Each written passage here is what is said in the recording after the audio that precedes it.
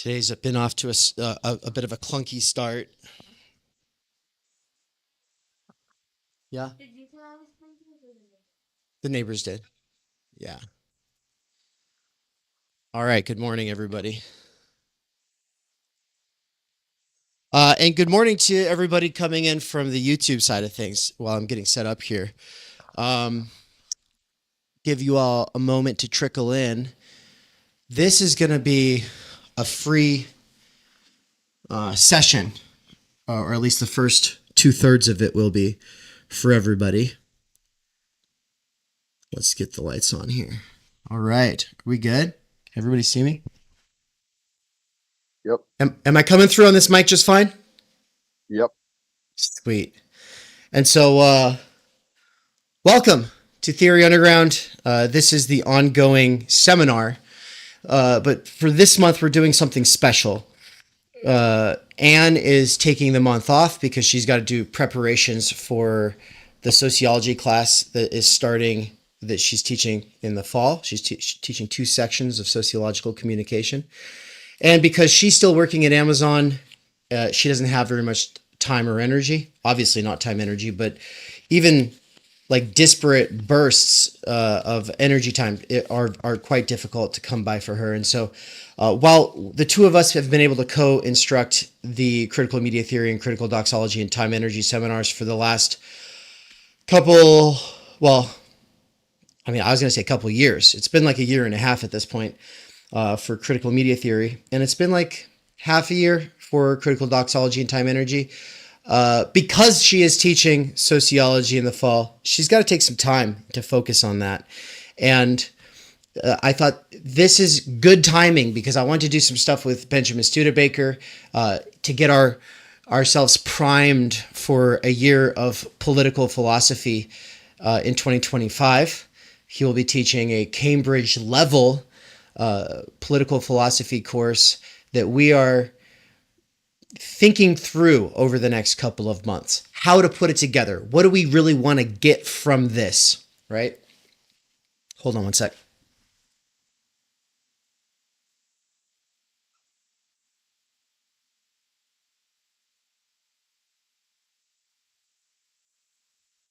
Okay. But Mikey and I have for like 8 years now been talking about escaping from this prison called wage labor. We think together about existential time, the politics of time, time energy in terms of a critique of traditional ways of conceptualizing political economy, political movements, and it really as a way of judging the overall situation. That being, we as wage laborers do not have the time and energy to do the things that we want to do. And it's not just time and energy, it's large energy infused, repeatable blocks of reliable time between us, right? Time energy. Mikey's new book, or first book, on time energy, it's on Nick Land, but it's called Capital versus Time Energy, right? What's the full title of it, Mikey? It's Capital versus Time Energy, a Zizekian critique of Nick Land. Yeah. So, and just so everybody knows, it like Dave's in the process that, he's working through the manuscript and proofreading it and everything. I'm still writing 3 more sections that are going into it, but slowly but surely it's coming together. Slowly but surely. Yeah, exactly. So what I want to do today is several things, but I want to start with this idea of getting out of jail for free. Like the get out of jail free card. What is the way for a worker with earbuds to get out of wage labor? And last time we talked about the social unconscious, David Goggins and Pierre Bourdieu.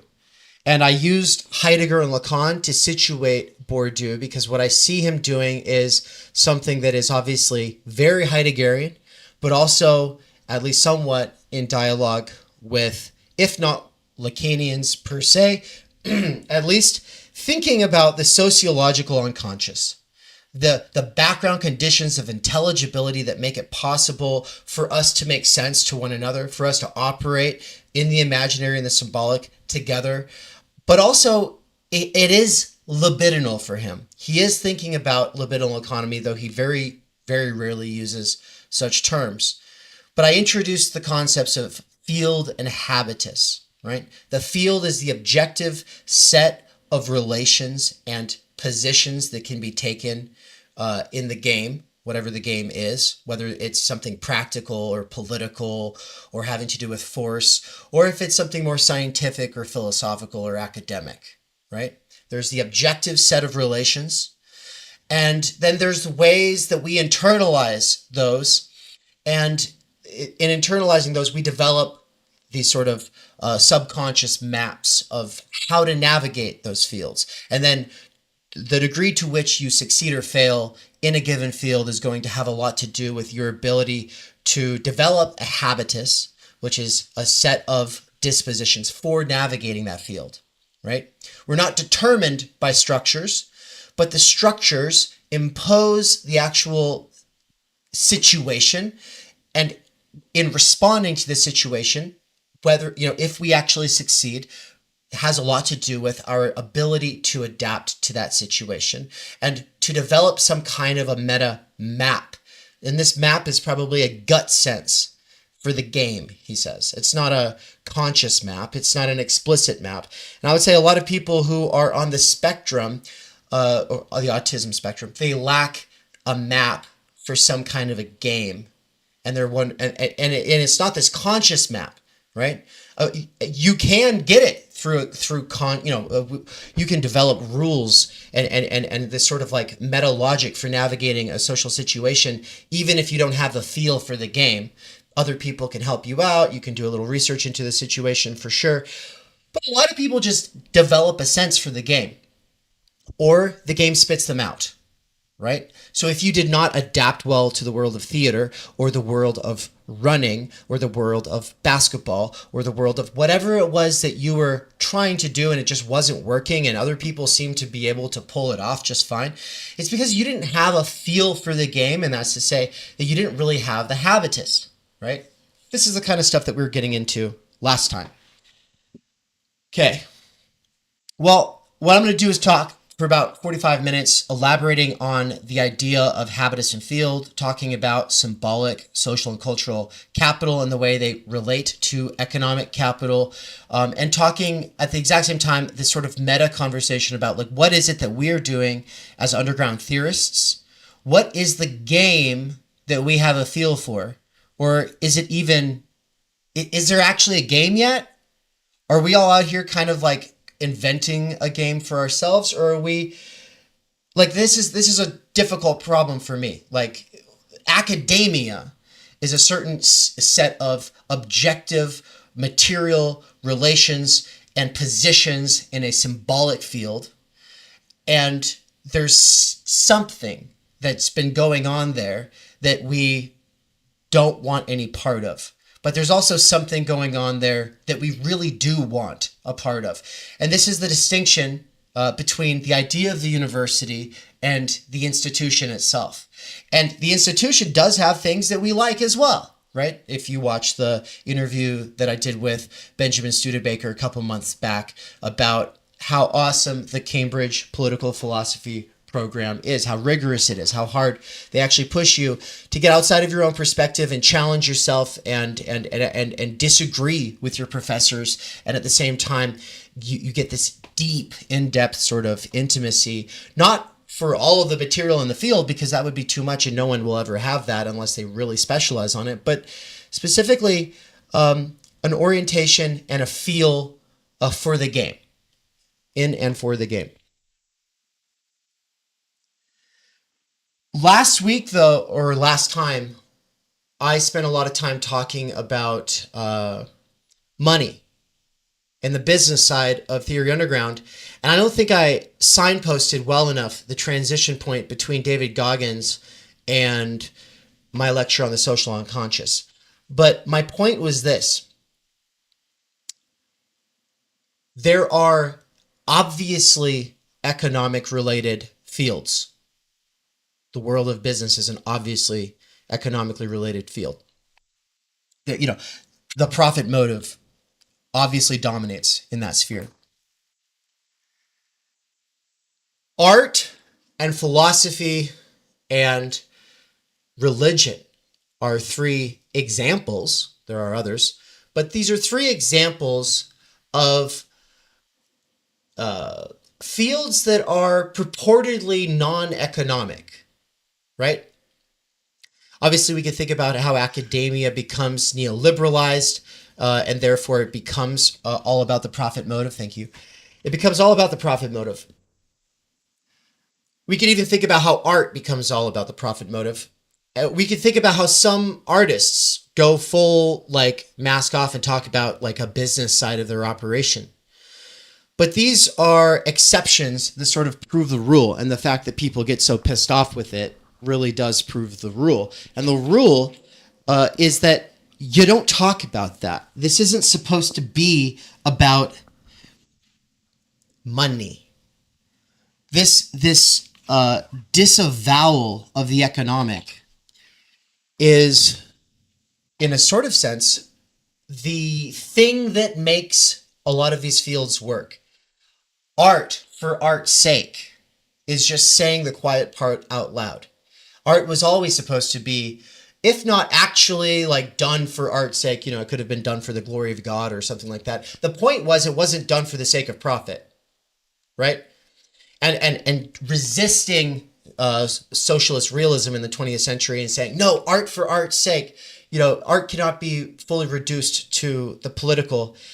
Bourdieu is saying, yeah, that's par for the course. That's saying the quiet part out loud. That is the point, though, of all of the scholarly and liberal arts kinds of endeavors. These are opportunities for people to perform disinterestedness and neutrality and objectivity. He's always going back to Descartes and Husserl with the view from nowhere. He also will go after Hegel for this, but basically it's the quintessential philosophical disposition performed as I'm thinking about the whole world in this sort of way where I'm not implicated in it. I actually get to understand how everyone else works, how the whole society works, by essentializing down to the brass tacks, what is the transcendental ego or subject or the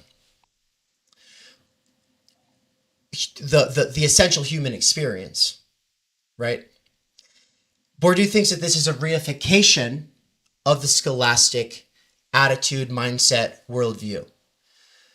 Not just a reification, but an imposition and projection of that scholarly viewpoint that is defined by its removal from preoccupation with necessary labor. It is defined by that. So is the artistic mindset. So is what was the other example I used? The religious, right? The priest. I'm going to hopefully get to read some quotes today. And the first ones I want to do relate to this reification of the scholastic point of view. Oh, I've got to grab the other books. Now, the main Bourdieu books that I'm pulling from here are going to be his Habitus and Field, it's volume 2 of his course on general sociology, lectures that he gave at the Collège de France. But also Pascalian Meditations, which might be my favorite book by him in terms of how it relates to time-energy theory. We'll get into that a little bit more later. A little bit from his outline of a theory of practice and the field of cultural production. But anybody looking to go deeper on their own, I have some suggestions, and I'm going to make this quick little aside before getting into it. My suggestion, and part of the reason I have to say this, we're doing this live as well, the first 2/3 of today. And for the people who are watching this live, these sessions that we do on Saturdays or Sundays at 12 p.m. Eastern for the Theory Underground membership, these are never assuming that you did the reading. it's incumbent on me as a lecturer, or on Anne, or on Mikey, to be able to tell you what's going on here, assuming that you're too busy to necessarily do all readings of anything that we are interested in. The seminar is our research. It's the research that we are doing, that I am doing, that Anne is doing, that Mikey's doing. And what we're doing is we're sharing what we've found along the way, what we're excited about.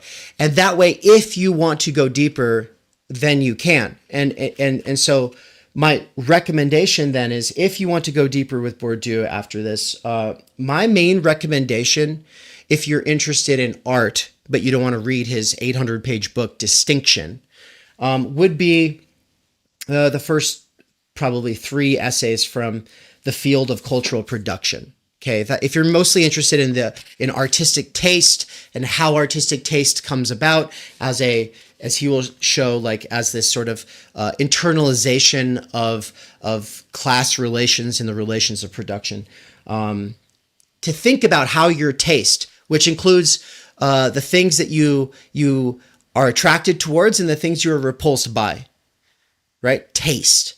This includes everything that you think is based or cringe. Oh, that's cringe. Oh, okay. Well, that doesn't tell me anything about the thing in question. It tells me about how the thing in question either makes you feel or how you want me to think it makes you feel, which are 2 separate things. Well, why would you want me to, or someone else, to think that you feel a certain way about a certain cultural artifact, right? A good example is Nickelback. Everyone hates Nickelback. At least everybody from my music scene days hated Nickelback. It's kind of like hating on Taylor Swift. It's because they're successful. It's because they keep putting out the same song over and over again. It's because they perfected a certain kind of sound that you associate with your dad. It's because they're getting all the limelight and there's all these other bands that should be getting that. Oh, it's because guys who drive around with 2 flags out of the back of their trucks are usually listening to this kind of music.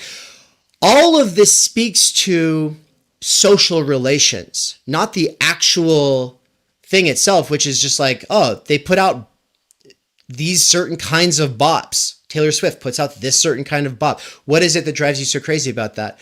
Part of it, and I don't want to say it's everything, but part of it is social. Taste is social. Well, the field of cultural production is where you'd want to go if you're interested in those kinds of questions. If you're interested in Bourdieu's critique of anthropology and basically him summarizing his whole approach to everything all in one place, then it would be his outline of a theory of practice. But for me, I think the 3 best beginner places, especially for people who are really new to theory, would probably be his Habitus and Field lectures. That's this book right here, because it's very readable, you know. And then In Other Words, which is these are, I guess it says essays towards a reflexive sociology, but these are actually or include a lot of no, I think the whole thing. Why does it say essays? These are not essays. At least half of this book is an interview. And the interview is really good. And so it's a great place to find Bourdieu in plain English. Of course, it's translated, but, you know, close enough. Then we have Pascalian Meditations. And the reason that I wanted to start with Pascalian Meditations is because it's the most relevant to time energy theory. All of Bourdieu's work assumes the priority of and domination in our world of socially necessary labor time and capital itself. Every field, when he talks about field, he always talks about fields, but the field is supercharged by capital. Every field is supercharged by capital.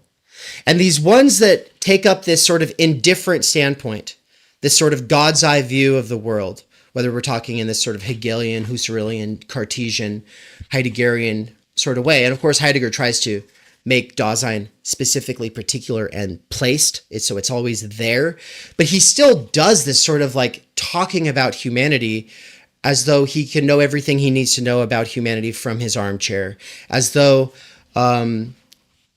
he, a person who lives in this freedom from preoccupation with necessary labor, is able to read the desire and motivations and deduce theoretical causal stories about the ways that people do things, the reasons that people do what they do. All philosophers are doing this, and that's where Bourdieu wants to come in and critique. And so last time I was talking about how I love how he takes Husserl's radical, skeptical, methodologically focused, trying to become scientific sort of philosophy, and sort of does an immanent critique, asking what are the conditions of possibility for this. But I didn't read as many of the quotes as I wanted to. And I want to start with the three presuppositions of Skol-leisure.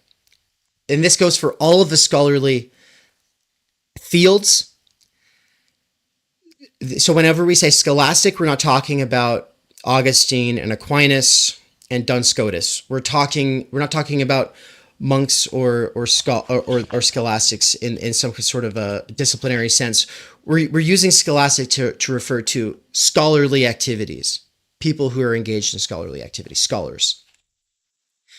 What are the conditions of possibility that get presupposed by all scholarly activity, according to Bourdieu? He says on page 10 of Pascalian Meditations, these presuppositions are of three different orders. To start with, the most superficial, there are those associated with occupation of a position in social space and the particular trajectory that has led to it, and with gender. I think that it was supposed to say as with gender, but it's a typo. So he's just saying as with gender. The gender of the scientists eventually matters if it's all fucking guys. Eventually that matters. Then there are those that are constitutive of the doxa, the common sense, specific to each of the different fields. And more precisely, and of course that includes like religious, artistic, philosophical, sociological, etc. So yeah, the doxa is specific to each of the different fields, and more precisely, those that each particular thinker owes to his position in a field.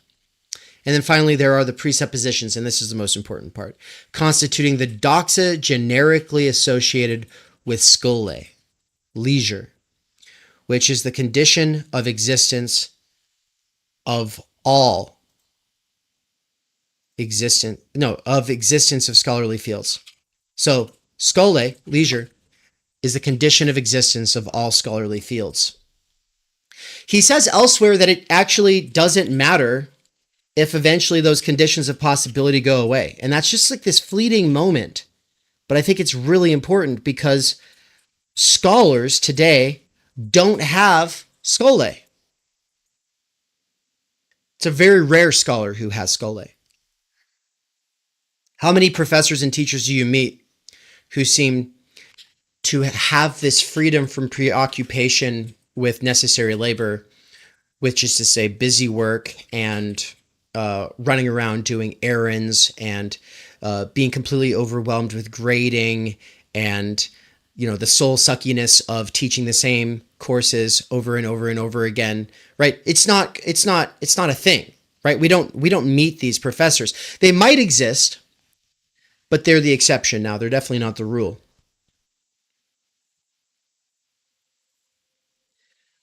I'm like looking, do I have that quote ready to hand about the freedom from necessary labor going away, but then the scholastic point of view continuing?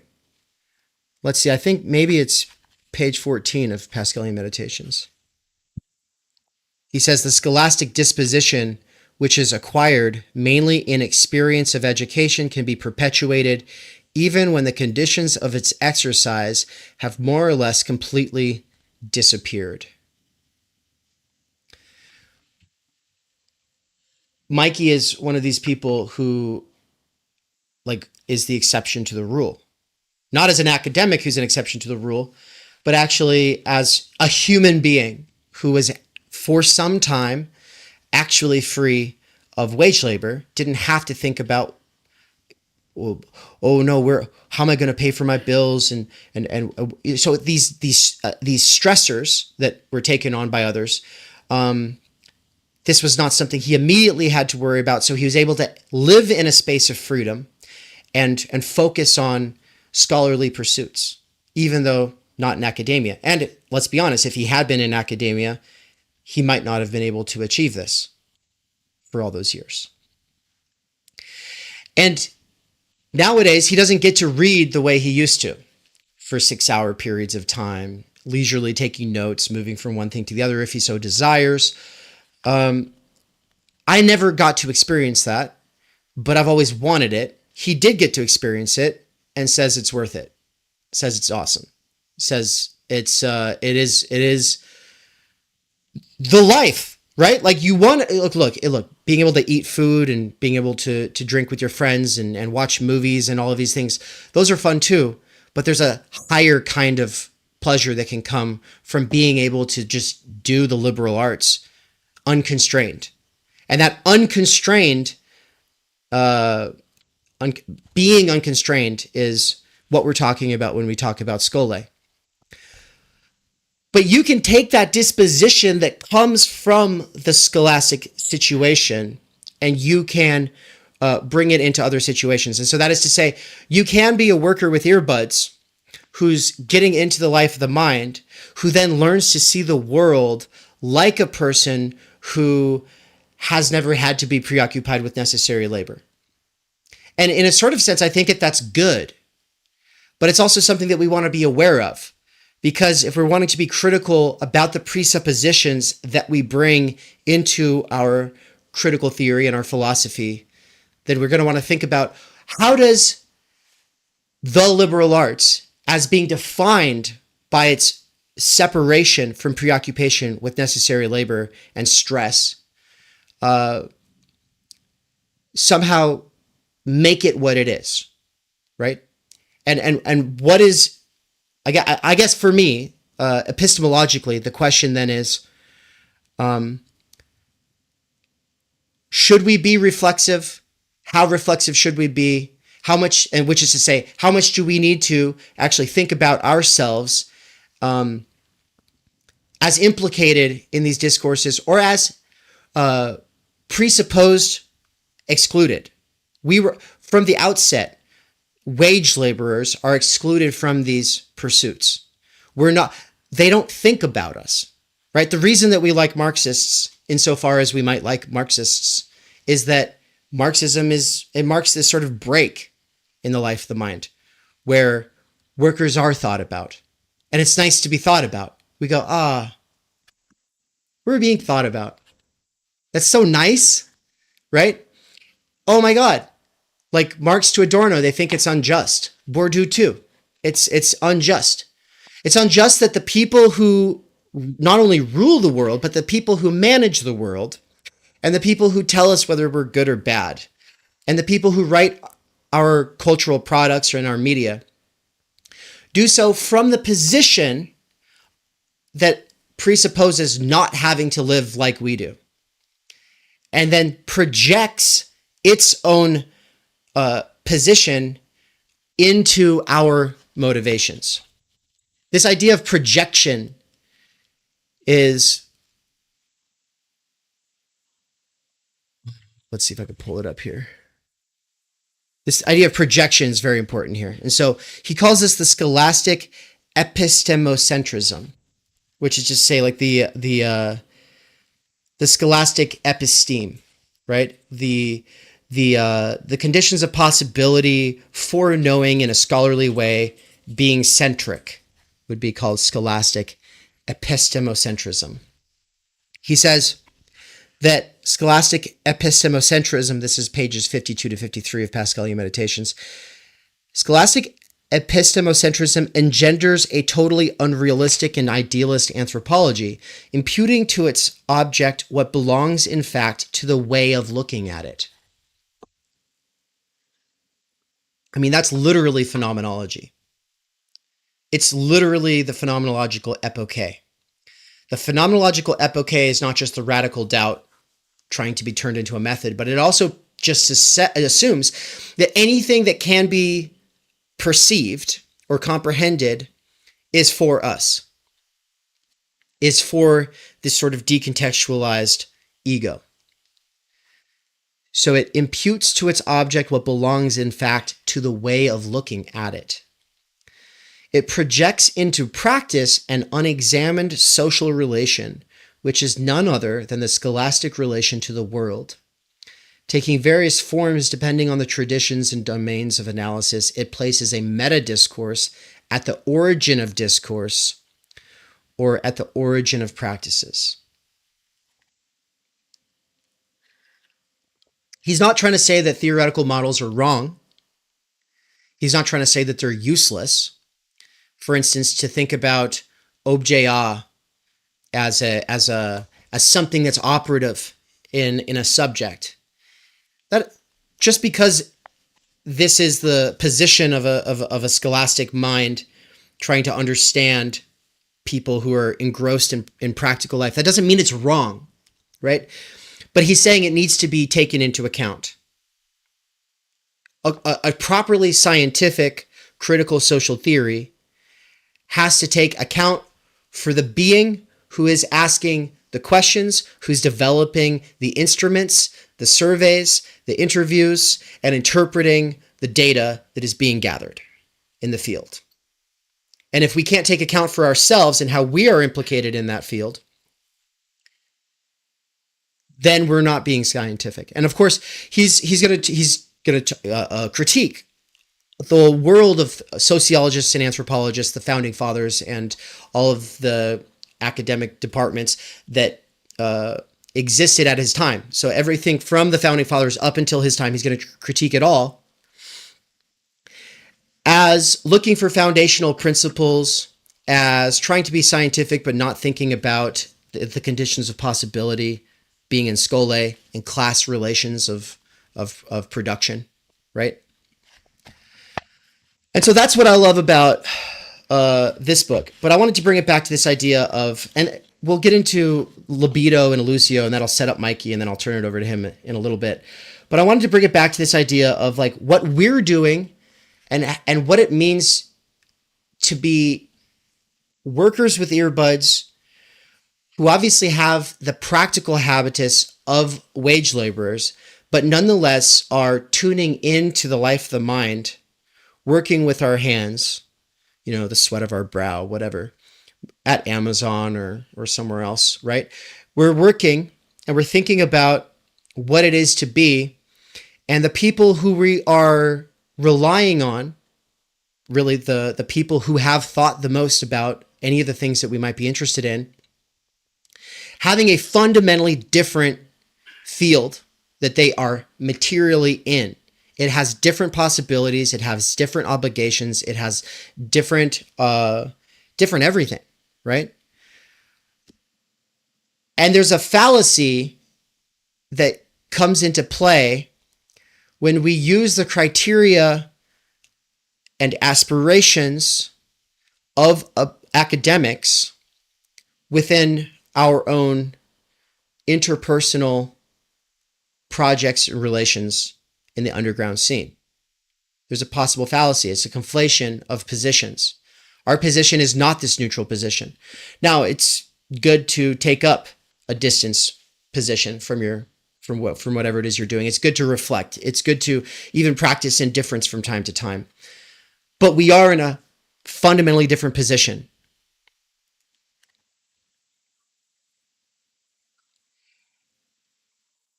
And I think one of the interesting things that comes with that, and then the fact that the left is so overrepresented in theory spaces as well, is that it becomes like not okay to talk about money.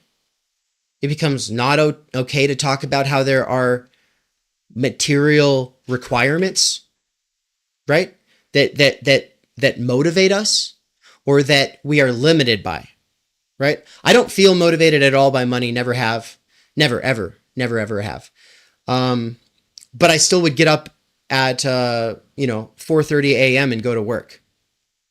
So even though I am not motivated by money, I was waking up when I was still too exhausted to wake up, and I was going to work. What is that? Well, I was a bit more motivated by homelessness than I was by money. Right? Like, I was a bit more motivated by the loss in social status that would have come with not having a place. With the added complications of having my car repoed.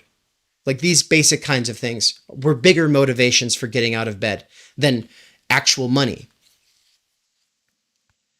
But the limitations put on us by money, even if you're not explicitly motivated by money, the limitations put on us by money are real.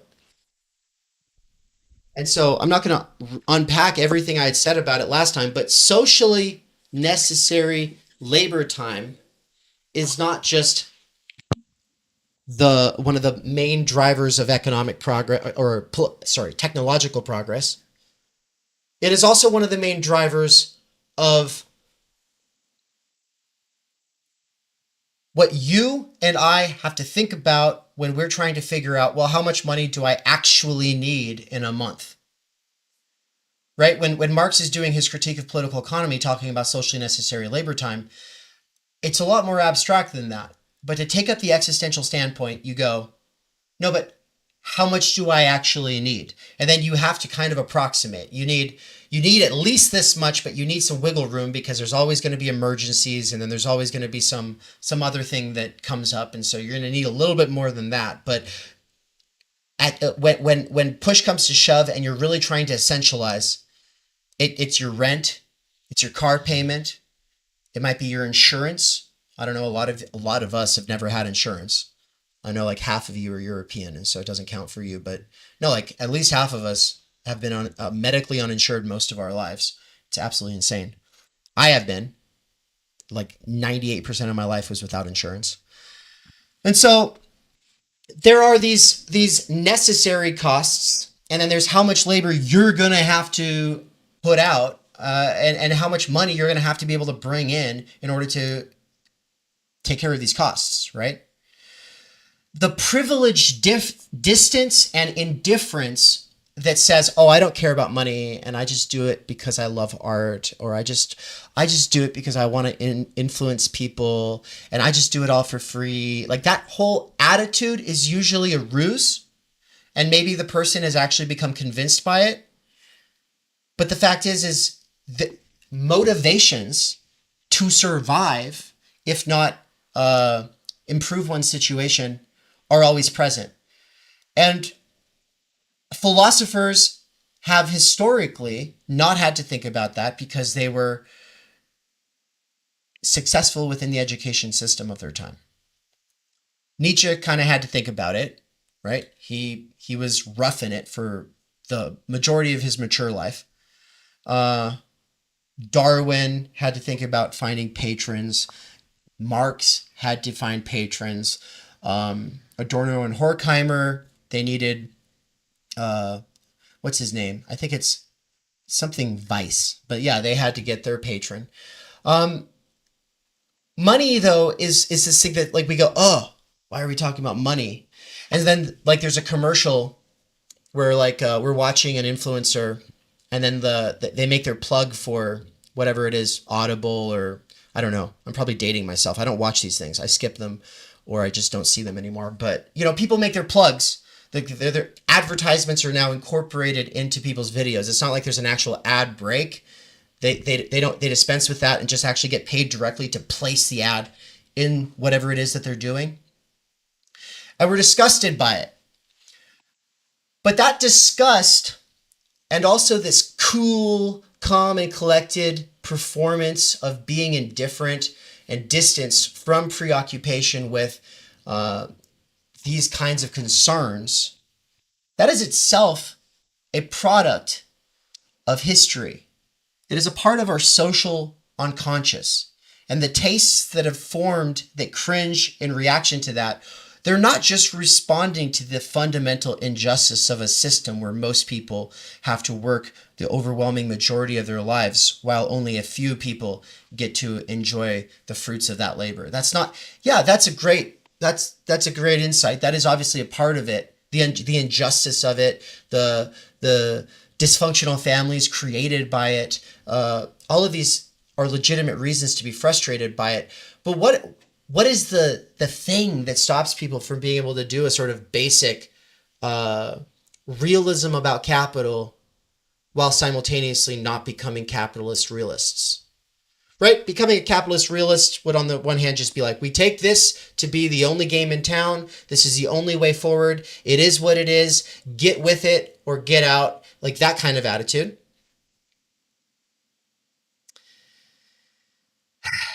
And realism about capital, on the other hand, just says this is the only game in town, but there could be other ones, right?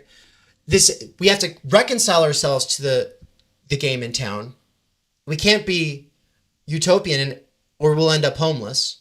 Like we do have to actually look out for these kinds of things, but maybe we could do that without becoming gears, right?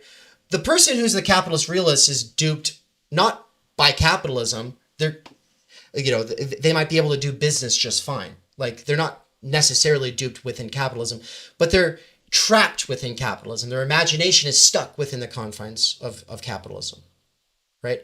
But being a realist about capital does not necessarily mean that you're not putting the overwhelming majority of your efforts towards trying to understand the situation and see some way out, which I take to be what most of us here have in common, is that we're doing that. Socially necessary labor time is the center of gravity, the reduction of it from our standpoint so that we can free up time energy to do the things that we want to do, or so we can be more competitive ultimately, right? But in academic spaces and scholastic pursuits, using his terminology here, your renunciation of economic motives gives you symbolic capital, is a part of the accumulation of your social and cultural capital, and the harder you renounce the economic motivations that are in play for you, the better your odds of actually securing an economically not just beneficial, but fantastic situation, right? The professor is going to be best served by this attitude of indifference about such things. And so it's interesting that these complaints about neoliberalism aren't usually complaints about capitalism. They are complaints about capitalism moving into the spheres of academia. They're complaints about the capitalism moving into the sphere of journalism, right?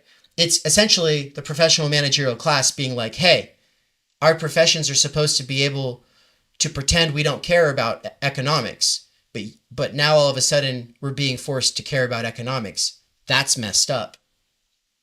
It's a partial and limited critique in that sense.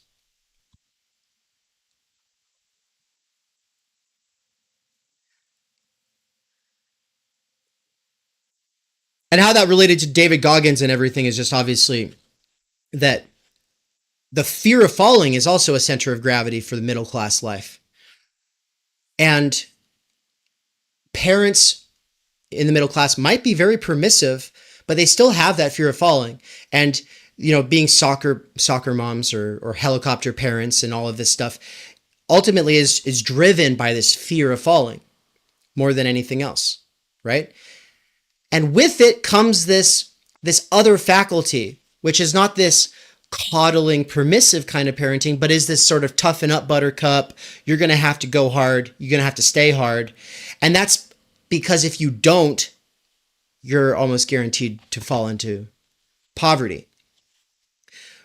You have to repress yourself in certain ways in order to integrate into the field. To develop the kind of habitus that could make you succeed requires certain kinds of repression. And that's just being a realist.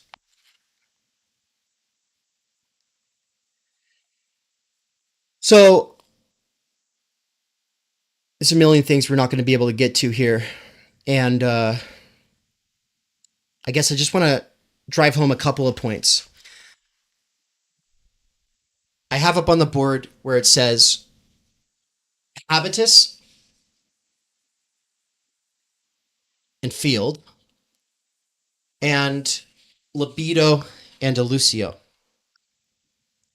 And I'm going to add to the board a couple other words, and then I'm going to riff off of it for a second, and then that'll pretty much be that. So we have the field. I've already talked enough about it. And we have the habitus. Talked a lot about that. But the field should be thought of as a set of positions, symbolic positions. All of the fields are orchestrated by the symbolic order, or are parts of the symbolic order. And the positions inside of each field are unintelligible without thinking about how they are related to one another. And positions relate to dispositions. Different people with different dispositions are going to be better cut out for certain kinds of positions in a field. He uses the example at some point of a cop. A cop is a good example. Why are cops so often this certain kind of personality type that most people find repugnant? Obviously not all. There is this sort of like selfless, caring, civically engaged disposition that can become a cop. But this sort of bullying disposition is also obviously a kind of disposition that can be attracted to that position. Well, he also uses the example of the aggressive civil servant who enjoys giving people a hard time within a bureaucracy. And he says that the question of whether that's the disposition or the position in a lot of cases is the wrong question, because the position often only recruits for at like this sort of structural level. It filters out most people who don't match certain dispositions, and it attracts certain kinds of dispositions. But then he uses like the example of a teacher, a primary school teacher versus a social worker. And at the time, he's saying in France that the position of the primary school teacher is very rigid. It requires a very specific kind of disposition, whereas the social worker has a lot of flexibility. Like that position has a lot of flexibility. And so if you're a very unorthodox kind of person and you kind of like to do things your own way, you can get the job as that primary teacher, but it's either going to chew you up and spit you out, or it's going to wear away at you, and eventually you will conform to the position. Whereas, if you were that way and then you take on this more flexible position as a social worker, well, you can kind of make it what you want. The underground relates in the sense that there are a lot of not well-defined positions, and it kind of is inclusive for now of almost any dispositions. But it is also governed by the attention economy. Everything centers around the attention economy. Everything comes down to attention and money. And therefore, there will be more successful positions that are inculcated or fostered by that situation. And then there will be different kinds of dispositions that are more well or less adapted or adaptable to those positions. When we think about the medium from a critical media theory perspective, and we're thinking about ways of hacking the attention economy so that we can still participate while not giving in fully, where we can counter the worst tendencies and hopefully harness other tendencies, just being realists about the fact that there are tendencies in the attention economy that seem to work, right? I wouldn't be doing this as a live stream if there wasn't something working about it. But also going against the medium and not just doing all the things that it tells us to do, trying to find ways to color outside the lines. Well, the underground is more open to this kind of experimentation than academia is. And so there's going to be a lot of people who feel the need to do things in a less orthodox way as academia becomes increasingly less scholastic, as there's less and less skole. And we will be able to experiment with new positions and dispositions. So people have lectured throughout history and used whiteboards throughout history. But having the camera set up in this way and using Zoom and YouTube in this way with OBS and all of these other, this is all an experiment with the medium. And an experiment with the medium is not just an experiment with the message, which is to say also how we as messengers and participants also get shaped, but it's also an experiment in positions and dispositions. And I think that might also be why so many people who are into theater are attracted to this experiment. We've got a lot of people who are into theater. And I think that this is part of the reason. Because this is a performance. We're always performing in a sort of sense, even if we're not explicitly performing. But like, we're experimenting with different ways of being human, different stylizations of life. We're experimenting with different media. And in the process, we're playing with positions and dispositions. Now, the last thing I have to say about it is just elusio and libido. Every field has an elusio, and every habitus has its libido. And this will be where we turn it over to Mikey, who will be talking about the superego and the big other. And we'll be the question I want to pose is, if every habitus has its own kind of libido, obviously we'll want to think about like the libido. We'll want to think about, well, what is the kind of, what can we say about libidinal economy that we all have in common? That's going to be like obviously what Lacan is really good for. As opposed to thinking, yeah, but what is the specific libido of the person who likes to run marathons? And is it different than the kind of libido of a person who likes to play basketball? And is it different than the kind of libido of a person who likes to read a lot of books? He's going to say that in practical life, in political life, in business relations, it's always this libido dominandi. Libido dominandi. Whereas in the scholarly fields, in the liberal arts, it's libido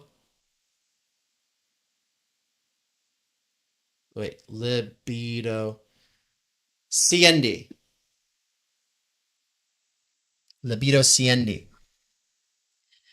Which basically is the drive to dominate, which I think has a lot to do with, or at least there's a lot of ways of rhyming that with will to power. And libido siendi, which is the love of knowledge, the drive to know, wanting to understand. And properly fitting into the scholarly pursuits,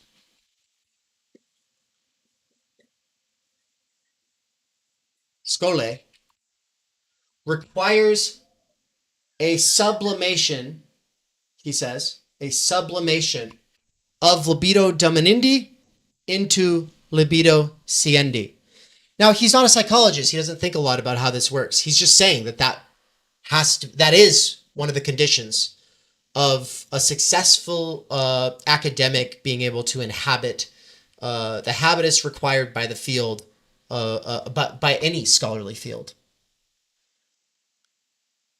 I think that was more true in his time, and I think that there's a different kind of hustle and grind mindset that doesn't necessarily need skole in order to succeed in academia today. It shows the sign value of work having done, lots of time spent doing research. But that comes from gutting texts and doing readings of abstracts and citing everybody who's important from the conference. It doesn't necessarily mean really being in this sort of scholarly mindset. Sure, they go on to reify the scholarly perspective, but without actually having the privilege, much less advantage that comes from genuine skole. But we're going to go with his idea here, because I think that there's never been less respect or trust between the populace and the professionals than we have today. COVID kind of sealed that deal in stone. Like, that is like everyone finger wagging and saying, trust the science. And then the science seeming to change its opinion constantly and realizing, oh, there's a bunch of bureaucratic stuff going on where different scientists are getting kicked out of, this committee or that board because they dissent. Like, that kind of thing being played up on social media or on Fox News or whatever, obviously creates a lot of doubt regarding science. But it goes beyond that. We're in a post-trust world for a lot of other reasons, right? There's a way of making the situation worse, which, if you're an academic, you can make the situation worse by just doubling down on being like, well, they're a bunch of stupid peasants. And then there's a way of, I think, saying, yes, it's on us to prove ourselves, to show we know what we know, to show how the scientific process actually works, which is to say, showing everyone else we know how to find out when we're wrong, and we know how to own up to that L, because that's what science is. It's this process of doing that sort of, hey, I want to know if I'm wrong, and then we'll let you know when we're wrong. Like that, if that's not being demonstrated, then of course there's going to be a lack of trust.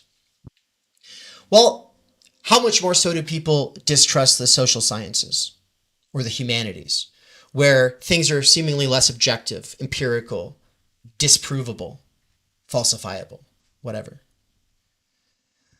That distrust is something that can serve us in our position. And dispositions that gravitate into the position of like the heretic, the academic outsider, those dispositions can often be charlatans. They can be snake oil salesmen. They can be basically like pastors, right? Worldview salesmen. But also, I'm hoping that we can find a way to counter those kinds of tendencies and instead say, okay, well, if they're not being genuinely critical, how about we try? And that's why I wrote that piece, not necessarily defending Nina Power, though I did do that last week, but more importantly, defending philosophical questioning, right? I spent the first half being like, I think what she was getting in trouble for was jokes, and I can kind of explain the context for the jokes for people who don't really get these kinds of things. But the more important part is like daring to know and wanting to be scientific and prioritizing epistemic humility and the principle of charity and all of these things. The reason that stuff matters is because we want to know. We want to understand. The goal of theory is understanding first. Domination is the goal of every other field in a sort of at least ulterior sense. And part of what Bourdieu is going to show is that behind the libido siendi, there is always, in all of its cries for universal understanding, there's always going to be particular interests that benefit from this appeal to the universal. Just to say libido dominandi has been sublimated into libido siendi does not mean it's gone away, right? Sublimated doesn't mean it's gone away. But these scholarly fields break down as soon as we just say, oh, well, you know what? It's all about power anyway, like Foucault, or like a lot of Marxists might do. And I don't have the time to sit here and unpack all the quotes, but I've got a lot of fantastic quotes where he's basically showing this. So you've got Habermas versus Foucault. That they're the big two social thinkers of the 20th century. And he's saying they're both right in a certain respect. Habermas, though, takes these ideal communicative spaces and everything he does with the ideal speech scenario and the conditions of possibility for conversation itself, he takes it to be real, and he's not thinking about how this is a sort of sublimated form of libido dominandi, and he's not thinking about the fact that people who have the time to sit around and think about things, much less argue or disagree or research, all have like this privilege of skole. And so he's not thinking about like the fact that most people can't do these kinds of things or participate in this stuff. And he's definitely not thinking about the degree to which power is inherent to all of this, like, say, Foucault. But Foucault, and also so much of Marxism, though it is realist about the power relations that subtend the scholarly debates and all appeals to the universal, it throws the baby out with the bathwater.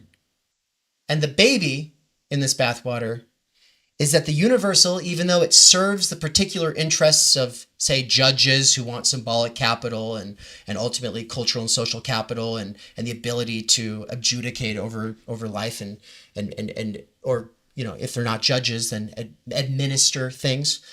Yeah. There is something irreducible that they do in striving to maintain this objective position. It's irreducible to the fact that they stand to benefit as particular individuals. In a sort of sense, I think Bourdieu is saying that the only real hope for any kind of social progress comes from us being realists about the power relations embedded in all attempts to understand things, and at the same time, not just giving up and giving in and saying, therefore, let's just focus on everything being power relations. Let's just throw the principle of charity out the window. Do that, and you lose the most powerful weapon that was invented in the history of the life of the mind. The most powerful weapon invented in the history of the life of the mind is the appeal to the universal. He uses that term multiple times. He calls it a weapon in Pascalian Meditations. And it is a weapon because people resonate with that idea. And so nowadays people say, oh, well, when you say universal, what you really mean is whiteness. Even if and when in some cases that might be true, what you've just done by saying, oh, so we're not going to care about the universal, is you have ceded ground to your enemy who are going to pick up that weapon.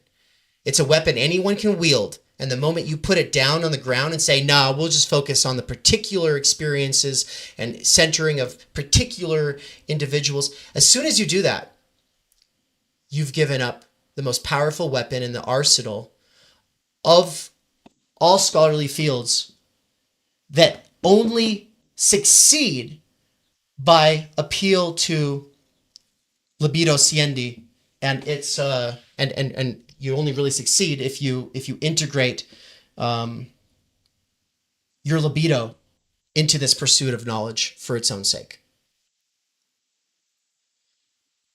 The elusio part is just that to say that every field has an elusio, which is to say a foundational belief that the field actually matters. And it's not like an explicit belief. It's not like to get a job as a biologist, you have to be like, yes, biology really matters. Or these arguments in this subfield of biology that deals with lemurs. Like these arguments have so much stake for me. No, I mean, if you were to say that, like it almost falls apart. But every field has like this assumption that it matters. And the field's elusio and the habitus's libido, these two things meet in something called interest. And interest is related to capital, but it's also related to the universal. It's also its condition of genuine possibility is skole. And I don't know. This is just what I've been thinking a lot about, because I think that the influencers who are taking up positions in the field of underground theory have almost gone mask off about only caring about power. When Daniel Tutt says that he's not going to talk to Nina Power because they disagree, he goes with the least charitable explanation or reading of some situation. he is throwing libido, siendi, and any pretense to universality and to finding truth through disagreement out the window. The moment a person says, I'm not going to have contradiction conversations with people I share this field with, when we have fundamental disagreements, they're saying, no, libido dominandi, baby. It's just about the will to power. It's about politics. It's ultimately all of everything comes down to politics. When Vosh does the exact same thing, this is what he's doing. He's been very clear in the past. For anybody who's not familiar with Daniel Tudd, he's just a Marxist in the theory scene. But Vosh is like a debate streamer, mostly. And he's, kind of like Destiny or Hassan Piker. He's just a different sort of color, but they're all different shades of the same thing. And I think it was probably 3 months after Vosh stopped calling himself a left populist and started, and he was like very loudly pushing Biden back in 2020, and he was saying that anybody who wasn't like on board and doing activism for Biden was a sellout and not serious about politics. But then he wouldn't debate me when I wanted to debate him about that. In that time, within those 3 months between being a left populist and a Democrat, he did stuff on Rhetoric. He's always doing stuff on Rhetoric, having this sort of like debate kid, like meta conversation about what it is that he's doing. And he said multiple times, because I used to watch him. Okay. And something that he said a lot was that winning is what he's paid to do. It's not about truth. It's about winning.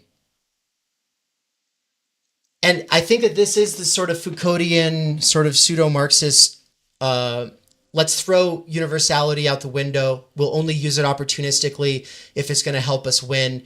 But most of the time, because the people we're appealing to want us to constantly appeal to particularist interests, we'll just do that. But ultimately, we just care about winning within our consumer demographic that we appeal to, winning within our little fandom, winning within the field and the habitus that is a subfield of the larger scene that is specifically catering to your audience. I don't think that these guys are evil. I don't think that they're stupid. I don't think that they're always wrong. I'm not saying that they are spineless cowards who are avoiding any situation that might make them look bad. I'm not saying anything like that. I'm just saying that there are objective, motivational forces in play, and there are certain kinds of dispositions that can take up certain positions.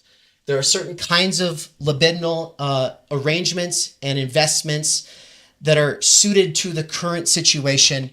And I am saying that saying, no, we don't have to sublimate the libido dominandi into the libido siendi. We don't have to care about understanding first. We just have to care about winning. We just have to care about getting this idea to get to more broad reach or whatever, this influencer prerogative. It's political. It's about power. Ultimately, we do have to think about money. We do have to worry about succeeding, but we're not going to, do the idea of the university better than the institutions, much less ever have the trust of regular people when we live in this world of social sciences and humanities, the softer sciences. If we just throw caution to the wind and say, fuck it, man, I already know what's correct. I don't have to have conversations with people that I disagree with. There you go. That's what I got. Thank you. We're going to switch over here to Mikey. Thanks, Ann. Yeah, Ann's clapping, so I'll hit the button.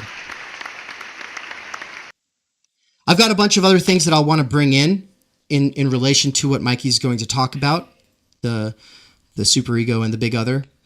But we'll save that for when we're not live anymore after his presentation. Dave, I just want to kind of, because I might forget to say this after I'm done with what I've got prepared. I mean, what you're talking about here with power and knowledge, this really goes back to ancient Greece, right? This is the conflict between Socrates and the sophists, rhetoric versus dialectics, right? So there's this tension within even at the the beginning of philosophy between rhetoric, which is the ability to argue in a way that convinces people of X, Y, or Z, and the game is to win, as opposed to dialectics, which is what we would call real philosophy, which is the pursuit of truth, right? And so we even see back with Socrates and the sophists this same thing playing itself out. 100%. Okay, Yeah. yeah, okay. So Dave came to me a couple weeks ago and was like, "Hey, I want us to do a co-lecture, something like that." And I would really like the idea of doing this because for those of you who have taken my courses or you watch the Lacan 101 or Zizek 101 series Dave and I did on the YouTube channel a long time ago, a few years back, my thing is whenever I'm teaching, I always have so much that I'm trying to get through because I'm trying to give the students or I'm trying to basically wring out as much theory as I can. What I like about a seminar lecture like this is I can go, "Oh, okay, now we can slow down, we can focus on something in particular, really flesh it out, and see where we get." Because I mean, we all know everybody knows I'm some kind of Lacanian Zizekian, but um, Baudrillard's a huge influence, and CCRU's an influence, and Heidegger and Marx, but I say all that to say there is a way that this Lacanian Zizekian theory, it's so sprawling. It has so many, it's so web-like, right? And so you can do a whole thing. Like some of my blog posts that were popular, the OJA one, the Faust one, right? What people like about them is okay, let's just focus on one concept and try to make that make sense with as many examples or applications to politics, blah blah blah blah blah. But there's another way of focusing on a concept, Lacanian Zizekian concept, which is okay, let's take two of them and let's think through the connections on how they relate to each other, right? And so one of the ones that Dave's always coming back to me on, well, what's how does big other and super ego relate? And there's a lot of quick quick and dirty ways of just talking about it, right? But the question is, how do we get a more nuanced understanding? Like, how do these two social agencies, and they're like both of them are in a sense like big others, right? It's just we use the term big other for one, we use superego for the other to make this distinction. But basically today, I want to talk about big other and superego, and also the ethics of psychoanalysis, because I think it's very helpful to bring in that in trying to think through what's going on with all this, right? So, look, long story short, what we're talking about with big other, superego, and ethics of desire is that all of us as subjects, we're always having to navigate our way through three laws. Now, the trick is big other and superego are basically laws unto themselves. They have their own demand, they have their own sense of what they want you to accomplish, right? But what we're going to find is when we look through it, the law of the big other, the law of the superego are actually intertwined. They're really one law, right? They don't seem like one law, and that's the trick, right? But they're really the law. They're really the social, the law of society, the law of the symbolic order. Whereas there's this other law, which is what I'm going to call the law of the subject. And so when we go through this today, I'm going to try to do what Zizek doesn't do a lot. A lot of the time, Zizek, he's talking about Lacan, he's talking about Hegel, but he never just says, "Look, this is what I'm doing with it. This is what I'm bringing to the table." So a lot of times, you can't really figure out where Lacan starts, and blah blah blah, and where he stops, and where does Zizek start, and where does Zizek stop, and you're not going to go and just find somewhere in one of the seminars where Lacan is going, okay, let's talk about the law of the big other, the law of the superego, and the law of desire, the ethics of psychoanalysis. He doesn't do that, but the point is, he does talk about superego, he does talk about big other, he does talk about ethics of psychoanalysis, and you never get an overarching theory of how this all fits together. And that is why Lacanian theory is so complicated, right? If you want to understand Heidegger, I mean, we know how much he produced, but ultimately you lay that foundation in being and time. And then once you have oriented yourself with the arguments and the phenomenological descriptions of being and time, you're able to then go, oh, let me go to contributions to philosophy and see how much do they have in common? How much does he develop? Same goes with basic writings. Same goes with four seminars. All these great texts that Heidegger produced, right?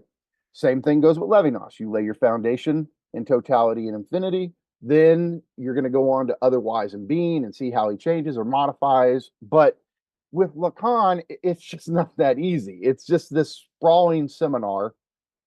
Some of the stuff in seminar 1, 2, 3, he still holds all the way up to the last seminar 26 or 27, whatever.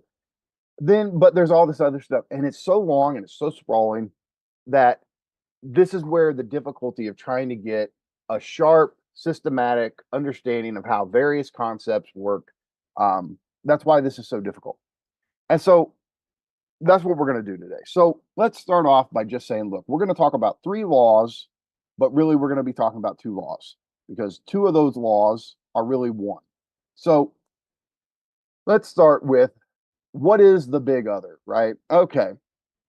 So for Lacan, for Zizek, for McGowan, the big other is essentially this generic self. And Lacan, he doesn't ever, as far as I know, I don't think he makes a straight up reference to Heidegger's concept of Das Man, but Lacan is pulling from 2 sources here to build this concept of the big other. One is Heidegger with Das Man, and we can talk about that. And the other one is Claude Lévi-Strauss with his notion of the symbolic order. Now, we all know that Lacan also is going to talk about the symbolic order. But what we've got here is that the big other is basically a generic personification of social norms, social customs, social practices. And I always go back to Heidegger because I think his language really helps us get tapped in to what the big other is. Heidegger in German, he calls this Das Man, but the translation, the most literal translation is the one.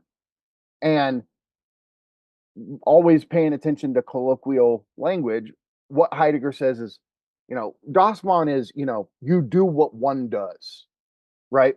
And whenever we talk like that, we have this sense of like, well, doing what one does. It's not one person out there in particular. It's not a little other. It's not it's not another person. The one is the generic social program that gives us the proper rules to operate in accordance with. So how do you walk through the door at Starbucks? Well, you do it as one does, right? How do you tie your shoes? Well, you do it as one does. It would be very odd to try to stand on your head and then tie your shoes, right? One does not do that. And so this is the generic oneness, is this personification of all of our basic norms that we all share in common. You shake hands as one does. You stand the proper distance away from another person while you're talking in public as one does. And Hubert Dreyfus has this great example that I always like to use, where Hubert was at a philosophy conference, and you had 2 groups of people. Some were from, I believe, Scandinavia. The other group is from Africa. And if I remember correctly, Scandinavians tend to stand farther away from each other when they're talking, say at a philosophy conference, than Americans do. So Americans stand a middle distance away. Scandinavians stand far away when they're talking to one another, whereas the Africans stood much, much closer to each other. So when you have these 3 groups together, everybody's like trying to move away or get closer, right? Because you have three different dosmons, you have three different the ones, all put together, and everybody's trying to do what one does. But since they all three basically have different social programming, and they're all doing this at some unconscious level. Nobody's really registering what's going on. It's just something they're all doing as like, because DOSMON is what allows us to socially function on autopilot. I don't have to figure out how to deal with every social interaction because DOSMON does it for me. Like, this is the good thing about DOSMON, the big other. So on the one hand, you could say, well, it forces us to be inauthentic because it forces us all to have this generic aspect to ourselves, and we can lose ourselves in this generic aspect of just doing what one does. Point is, though, it's also the very condition of social interaction itself, because otherwise we would all just be radical aliens, radical, confrontations with alterity and otherness. And so it makes us have common ground. It makes us able to communicate. And so it's the big other is that third party that's always mediating between you and I as concrete individuals. And without that mediating third, the two of us aren't going to make sense to one another. And so it is absolutely essential. We have to have the big other, but the problem is you can just lose yourself in it. And so the way I actually like talking about the big other, it's kind of mixing DOSMON with the big other as a term, but we can call it the big normie, right? It's the big normie. It's that generic self, capital S, but not in some substantial sense, because here's the point, right? If all human beings cease to exist, there would be no DOSMON, there would be no big other. But insofar as groups of human beings exist, this thing has a broader existence, a broader effect on all of us than any one of us have on our situation, right? It has bigger ontological causality insofar as it's what mediates the relationships between all of us. So that is also what Claude Lévi-Strauss means by the symbolic order. Symbolic orders is a network of social relations, right? It fixes our identities. It tells us what tasks are allotted to us, what duties are allotted to us based on those social identities it gives us. And the trick with talking about the big other versus the symbolic order is basically just going to be, almost want to call it the hardware in a sense. Like, the symbolic order is the actual signifiers, the actual material practices that those signifiers give rise to, right? It's our language, it's our norms, it's our values, etc. But what the big other is the personification of our symbolic order. That's why half the time we'll use big other as a synonym for symbolic order. Sometimes we act like there's a difference, and you can use them interchangeably, and that's a part of the issue with the Lacanian jargon. Is sometimes big other and symbolic order just mean the same thing. Other times we're being a little bit more nuanced, and when we're being more nuanced, we're talking about the big other as this personification of the symbolic network. And so think about it, like, none of us feel like we have like a personal relationship to the English language. That sounds odd to us, right? But we do feel like we have some sense of duty to living up to what one does as an American, or what one does as a leftist, or what one does as a philosopher, right? There's this generic value or ideal that's always guiding our behavior, and through which we're judging ourselves. We're checking to see how we're doing, how we're living up to the oneness of the big normie, right? So the other way Heidegger talks about it, just to give a little bit more, another way to translate DOSMON is not the one, but the they. And again, we go to colloquial language. Whenever we're having a conversation, we use the expression, well, you know what they say. Well, the they is not a reference to some particular group. Oh, those three people, you know what they say. It's not that. It is, again, this generic this generic normie, this generic majority, this generic sense of what one does, right? And so that's essentially what Heidegger means by Dossmann, and by expansion. The reason why it's important to think Dossmann with Claude Levi-Strauss is that Claude Levi-Strauss is really going to put the emphasis on the network aspect of the symbolic, of the relational aspect of how certain norms given to us and certain identities given to us come along with certain obligations or duties to other people, right? Sure, if you said that to Heidegger, you go, well, yeah, I can expand on that. Sure, it's just that wasn't the focal point. More of what Heidegger wanted to do. He saw this kind of mass consumerization of people taking hold, and he saw that people were just really, really becoming more and more generic, right? And so he's seeing people just operating on kind of brainless consumer uh, oneness, right? And he's trying to say, look, people are losing themselves in this generic lifestyle, and they're failing to see that there are other ways of life, there are other possibilities that exist outside of those provided to us by Dossmann, right?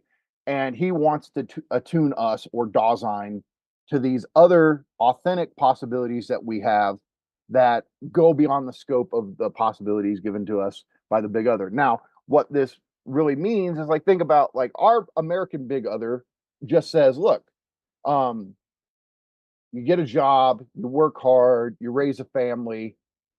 That's what one does, right?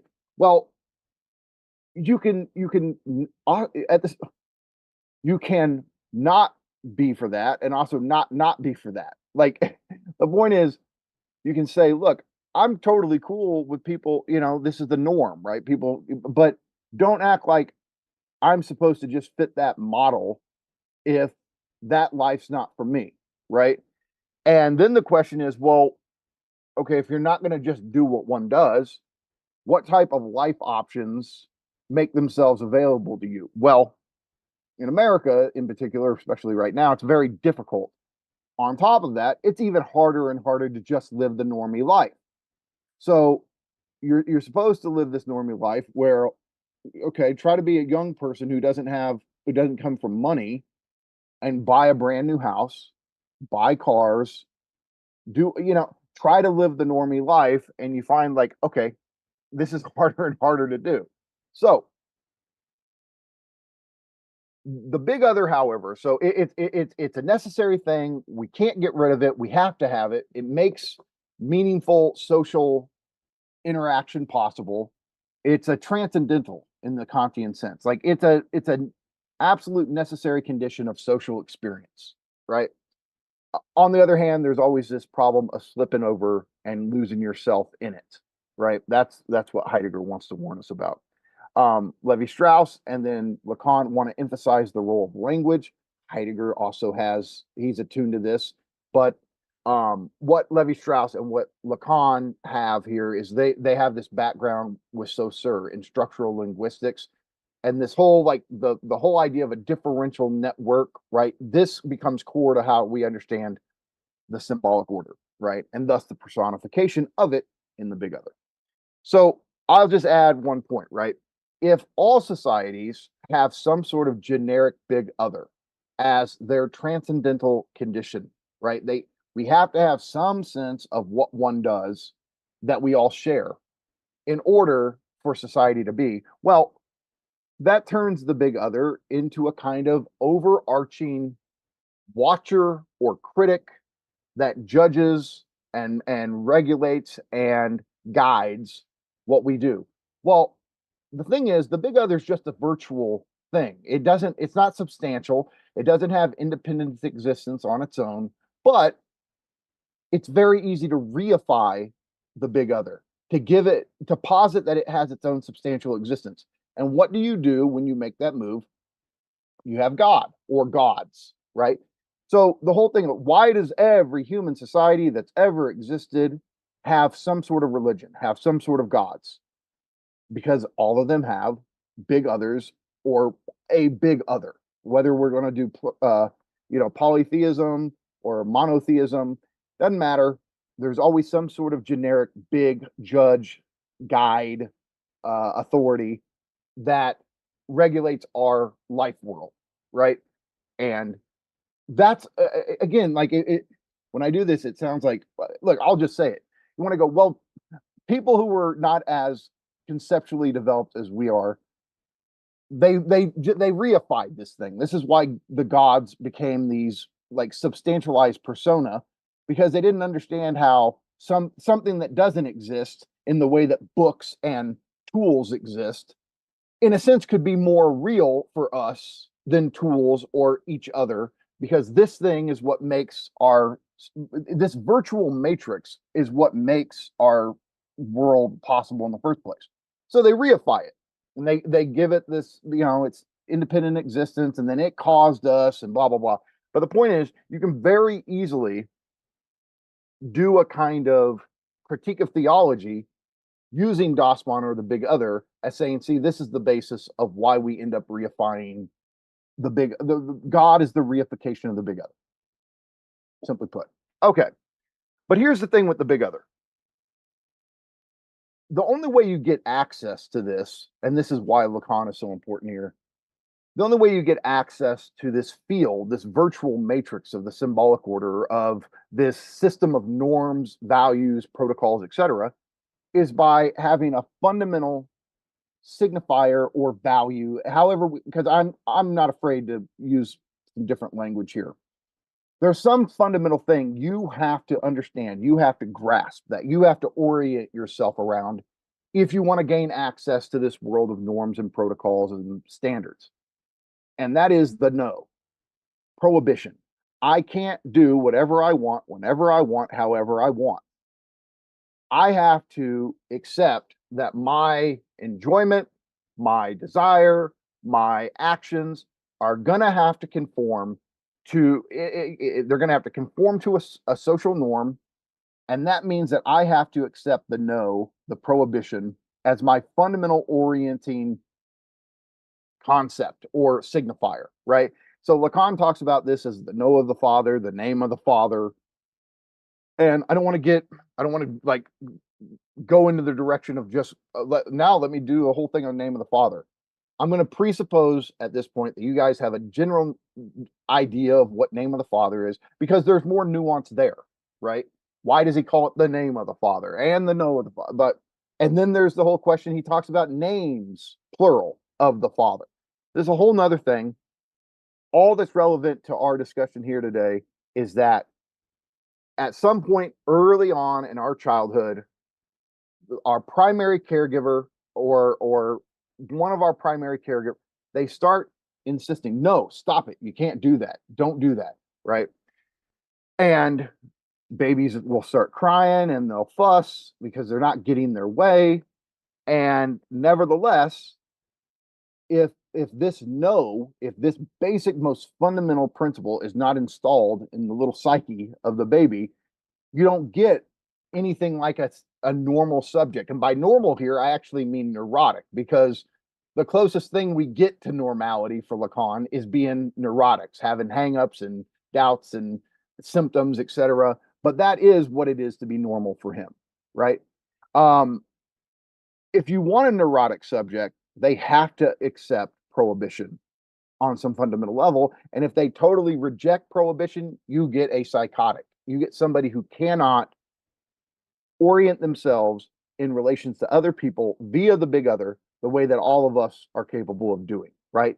And so a psychotic is not necessarily going to be a serial killer or anything like that. But what they're never going to be able to do is properly alienate themselves in the big other, to make the big other their fundamental default setting in how they engage in the world, right?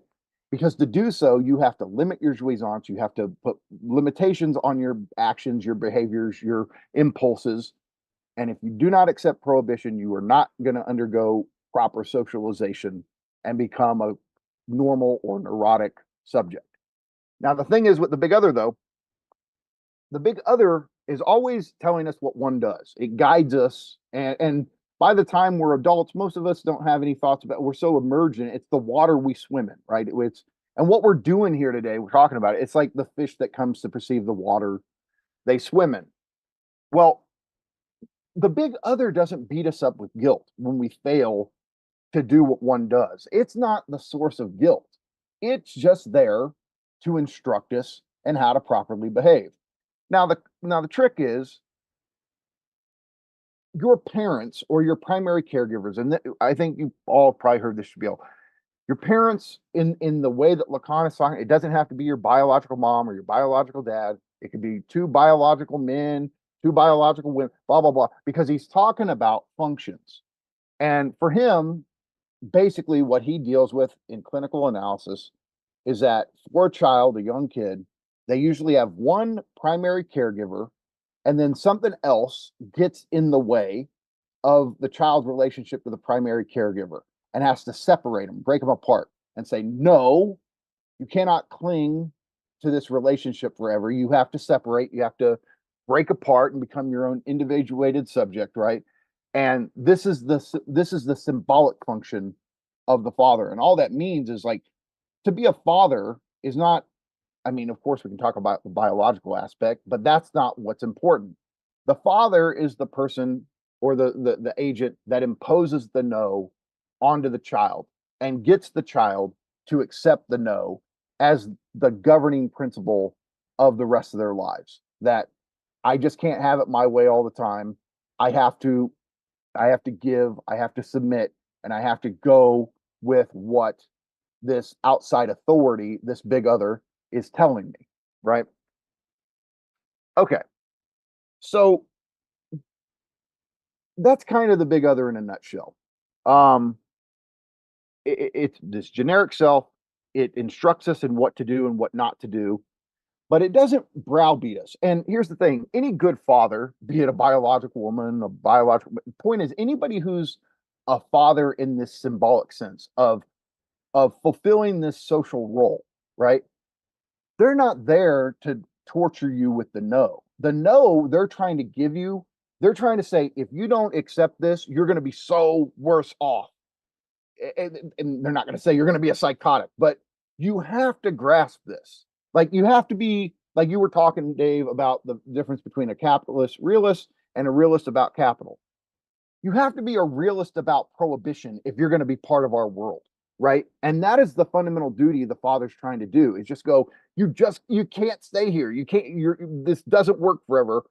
You cling to your mother's body and or your primary caregiver's body, and you're stuck in this little isolated kind of phenomenological pod of just you two. No, this doesn't work. You have to break apart. And I'm doing this. I'm imposing the no, not to torture you, not to make to help you, to free you. Like I'm trying to free you from this oversaturated connection to this other person, right? And I'm trying to liberate you, give you your freedom. So this is a dutiful function, right? Like we know nowadays, it's always like the critique of patriarchy and the critique of male authority and blah, blah, blah. But what Lacan is trying to say here is like, yeah. And it's not that there's not truth to those things. There's truth to them, right? But you can't throw the baby out with the bathwater in a sense. Like you can't throw out the symbolic function of the father as the one who enforces the no with the terrible oppressive shit that patriarchy did in the past and blah blah blah. Like we have to make a distinction here, right? Because the idea is like if you throw off the prohibition, the less and less you can accept this the worse you are. It doesn't liberate. It makes things worse, right? Okay. So if the big other, what does the big other say? The big other says, "Thou shalt not enjoy. Thou shalt not." It says no. It's enforcing these limitations on us, but so as to make us social subjects that can function in the world, right? It's not, look, like Deleuze and Guattari, for example, they act like, oh, the prohibition, the law, like it's this whole oppressive thing. And this is where I'm just not a Deleuze or Guattarian, even though I have all this love for various aspects of their thinking, right? But there's something completely naive and just and I can go get the quotes. I've seen Deleuze-Guattarians. Well, it's not that. It is that simple. There's like where they just say fuck. They're basically saying fuck the law, fuck the signifier, fuck prohibition, and they think that, oh, there's this pure flow of desire that are desiring machines, as they call them, that what their idea of drives, right? They can just free play, they can just connect in any way, shape, or form. They don't have to be structured by prohibition, they don't have to be structured by negativity. And this is hippy dippy bullshit. It just I'm sorry, like this is where me as a Lacanian Zizekian will take a hard stance and say, no, you're living in a little fantasy. Like that's D&G's fantasy of how they wish desire worked, where it wouldn't have to be regulated, it wouldn't have to be mediated through the big other, it wouldn't have to be mediated through prohibition. Somehow they want to envision this new earth where there's no prohibition, there's no law, and yet everything runs smoothly. Like humans aren't gonna run into problems without the prohibitions being in place. I'm sorry.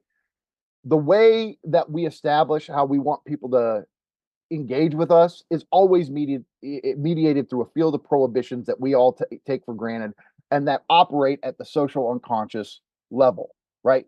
I don't want to have to establish, and this is what you see more and more nowadays. I don't want to have to run through a whole list with every new person I meet on this is acceptable to me, this is not acceptable.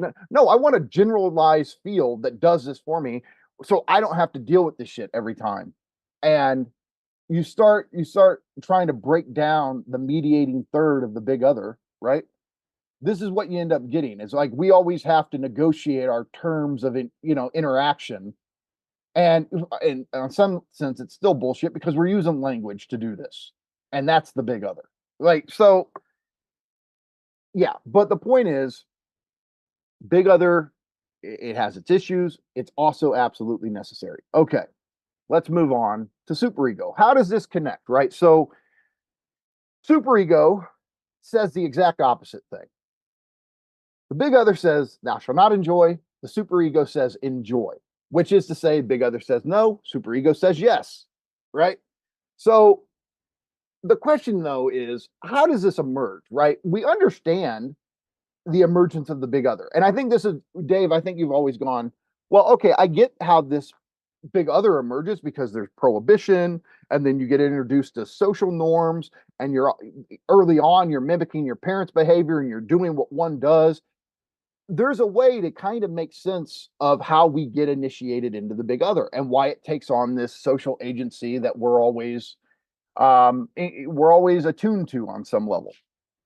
What about superego? Where the fuck does that come from? Well, I'm going to actually try to provide an answer that, I'm sorry, because I've never seen Todd, I've never seen Zizek, I've never seen Lacan actually say, here's how it's done. Now, Lacan does it, but it's real, like, in between the lines, and it's tucked away in, I think it's seminar 5 or 6. It's in one of these seminars that you don't really know, but I'm going to leave what he says and what he's doing out because it actually complicates things. We want to get the idea of how does superego emerge out of the big other. Okay. So they're both these personifications of the law. They're both these larger than life, in a sense, social agencies that we're always having to judge ourselves by. But the big other is like a good dad. It's trying to guide you. It's trying to show you the ways to actually help you, to make your life easier and better. Okay, you have to compromise your desire. You can't have it all your way. But in the long run, this is what's best for you, right? The big other is not, it's not a torturer. It's not sadistic. It's not trying. That's the superego. So this part of ourselves that we find this inner voice that's always mocking ourselves, telling us we're not living up, we're always falling short, right? The sadistic embodiment of the law that mocks us with our failures to do what's right, to get it right, right? That's superego. And this is the problem, right? When you go to Freud didn't have this distinction clear. When you read what Freud says about superego, it seems like this kind of overarching third party that tells us about what the norms are and instruct us in that way. Lacan's the one who figured out, like, there's two different things going on here, right? There's two different agencies. And so Freud, if you go read Freud where he's talking about superego, he's actually going to confuse you on this because he hadn't made this distinction. Freud never talks about the big other, right? He doesn't, or anything remotely like it. Big other and superego are conflated in the concept of superego for him. So what Lacan, and especially Zizek, because Lacan, he has these insights of this distinction, but he doesn't really develop them. This great distinction between superego and big other really is Zizek's. Like, we owe it to him because he's the one who really thought through this distinction, even though the insight comes from Lacan.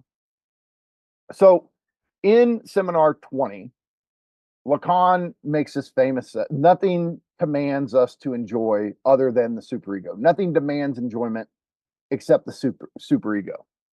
Now, here's the strange thing, right? If the big other is telling us no, what is it prohibiting? It's prohibiting our enjoyment, our jouissance, right? That is what the symbolic order has to jettison from itself. Say, I can't have you little fuckers running around just enjoying yourself and building up your excitement and doing whatever you want. No.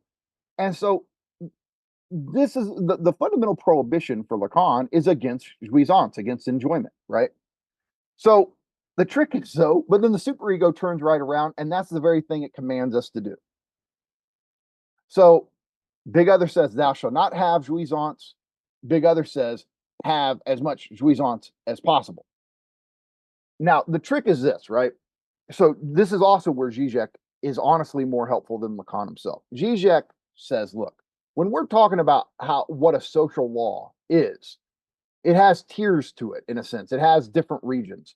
So the big other side of the law is the explicit and implicit rules, norms, protocols that basically are the official mandates of the society. Every society is going to say, America is going to tell you, we believe in free trade, we believe in freedom of speech, we believe in individuality, right? These are our official mandates, our official principles, right? Well, in truth, there's all these ways that we have of bending the rules, right? You think about neoliberal politicians. They're all going to say we want austerity, we don't want the state intervening or regulating what we do. And then they secretly, implicitly always are relying on the state in what they're doing, right? So the official rule is we hate the state, fuck the state, markets, markets, markets. The implicit twist is like, yeah, fuck fuck that. We love markets, fuck the state, but we're gonna have big state intervene for us, right? So the big other side for Zizek of the law is explicit, implicit rules. You have the official rules, and then you have the little unspoken ways of getting around them or circumnavigating them, etc. But every law, every symbolic order for Zizek has its dark side. So the big other with its principles, explicit, implicit, we can call that the light law, or the law of the day, right? The law of everyday functioning during, business hours, like. But then there's a nighttime law. There's the dark law, which is all of the obscene rituals. They can be racist, they could be sexist, they could be violent, they could be aggressive. Whatever the case is, there's pockets in our society that allow us to transgress. And they really are ways of breaking the official rules, right? But nonetheless, the trick to this, and this is why the superego and the big other kind of have a collusion with each other. All of those spaces of what Zizek calls inherent transgression, all of those secretly work together to help reproduce the functioning of the everyday law of the day, the light law, right? The law of the big other. Because the point is, it's as if the symbolic order says, okay, look, I tell them they can't enjoy, I tell them they can't transgress. But these little fuckers have drives, they have fantasies, they want to go beyond the limits that I put for them. What if I actually allow them certain spaces in this society where they can enjoy, they can be transgressive, they can be aggressive, blah, blah, blah. And yet those spaces are such that even though they're wiling out and they're getting their having some jouissance. Those types of jouissance, even though I want to disidentify with them, I don't want to associate with them, those are not going to actually destroy me. They're going to help reproduce me. Because if I provide them with these little pockets of jouissance, these pockets of transgression, it registers to them as, see, I'm free. I'm not just a social puppet that always is conforming. I have my spaces of rebellion where I cut loose and I really am myself, right? So rock concerts, or I mean, it can be even, it doesn't have to be the wildest forms of going to the movies and seeing, you know, rated R movies, or listening to the new Eminem album. There's all these ways that society can let you have your transgressive enjoyment, but in a way that doesn't undermine anything about the social structure. And that's the ideology of the superego for Zizek. And that's why he puts so much emphasis on this ideological component of the superego, because it's performing a function. It's like, oh, you really do have your rebellious jouissance, therefore you're free. But the trick is, you're least free where you think you're most free. Those pockets of our enjoyment, the rock concerts, the movies, the Eminem album, like all that's where we're least free, because we think we're free, but we're not free because we're tethered to society in these pockets that we don't associate with the standard norms and laws and values of the big other, right? So this is the ideological function. And that's why Zizek is going to talk about ideological jouissance opposed to ideological meaning. Marxism has always put the emphasis on false consciousness, right? It always wants to act like ideology dupes us on the level of how we think about things, at the level of meaning, at the level of concepts. And Zizek's great insight is, no, it doesn't really dupe us. Like, it does. I mean, I'm not saying it doesn't distort us. It does. But that's not where the hold of ideology is. The hold is in the jouissance it provides us in certain acts of inherent transgression that keep us libidinally hooked on this social system, on this social structure, right? That's where we're glued to our symbolic network, to the big other. We're not actually glued to the big other directly. We're glued through it to this part of itself that it's disidentified from. And again, one helpful thing is, like, we all know the little cartoon, the little angel on your shoulder, the little devil on your shoulder, right? Why is this? If both of them, big other is the little angel, superego is the little devil, this is ideological because you think the big choice is between these two, when in fact they're really both personifications of the same symbolic order. It's the same choice. You're duped because you think it's the big choice is between them. What I'm going to go into, this is like spoiler alert, the big choice is really between the law itself and your own ethics of desire, right? But the split between big other and superego prevents us from ever reckoning with the own law of our own desire, right? That's the trick. Because the ideological duping is in how superego and our inherent transgression convinces us that we're already acting off our own free desire. And we're not. We're enjoying as one does. That is the trick of the superego. It's big other says you can't enjoy. The trick of the superego is to go, you can enjoy, but you're going to do it as one does, but you're not going to spot that. You're going to think this is just your own spontaneous free desire. That's the trick. Now, I kind of got ahead of myself. Okay, how does the superego emerge? How does it come out of this relationship with the big other? Okay. So Lacan has this great important distinction between the demand of the other and the desire of the other. So one of the little examples I've used before, I think it was in the Lacan or Zizek 101, I get this from Peter Rollins. Peter, I mean, it's hard to beat him when it comes to examples of this kind of Lacanian stuff. Peter says, look, he's like, here's an example of the difference between the demand of the other and the desire of the other. Imagine you're a little kid, you're starting school. You're in elementary school, right? You're a young kid. And you go to school and there's a bully, and the bully starts messing with you on a daily basis. And your parents say to you, they sit you down and they go, look, what the bully is doing is wrong, but we believe in anti-violence. We're pacifists. It's never right to hit back. No matter, two wrongs don't make a right. Never hit this kid back. We don't believe in hitting in this family, etc. So the kid goes and he listens to the explicit rules provided to him by his embodiments of the big other. He listens to his parents. Okay, even if I'm bullied and the kid hits me, I can't hit him back. So this goes on and on. It's a constant problem with this bully kid. And so they sit him back down and they reinforce it. They're like, we don't, this is a terrible situation. We have to figure it out. But if you ignore it long enough, it'll go away. You just can't hit back. And so it keeps going on. And then one day the bully really beats the kid up badly.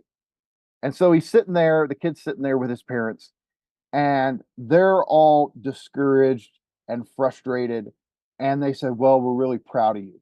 But he can hear in the back of their voice, like, yeah, you're saying you're proud of me, but I can hear something else. You're actually disappointed with me.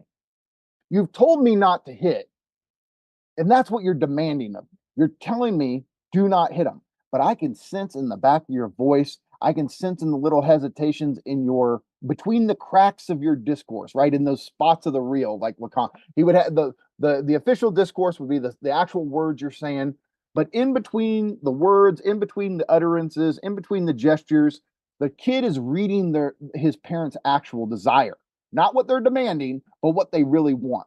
And what he picks up on is what they really wanted me is to sock that fucking kid in his mouth.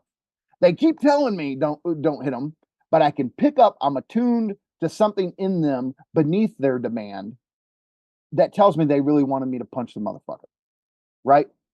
And that spot that you get attuned to in somebody else, regardless of what they're telling you, where you can say, you can tell me all that, but I can sense you want something else, right? This is the split in the big other. And so when we talk about, the lack in the other, when we talk about the big other itself doesn't exist, what it means is the big other doesn't have any special consistency that we ourselves lack. We know that we're conflicted. We know that we doubt, right? But the big other, especially when you're a kid, you think your parents are just so sure about what they're telling you. You think if I just ground what I'm doing in them, everything's going to go good. I'm invested in them because they have it figured out. They know what's best, right? And then when you have an encounter with this split in them between their demand, between their desire, you go, holy shit, I can't just base what I'm doing on them because they don't know what they want. They don't have it figured out. They're conflicted, right?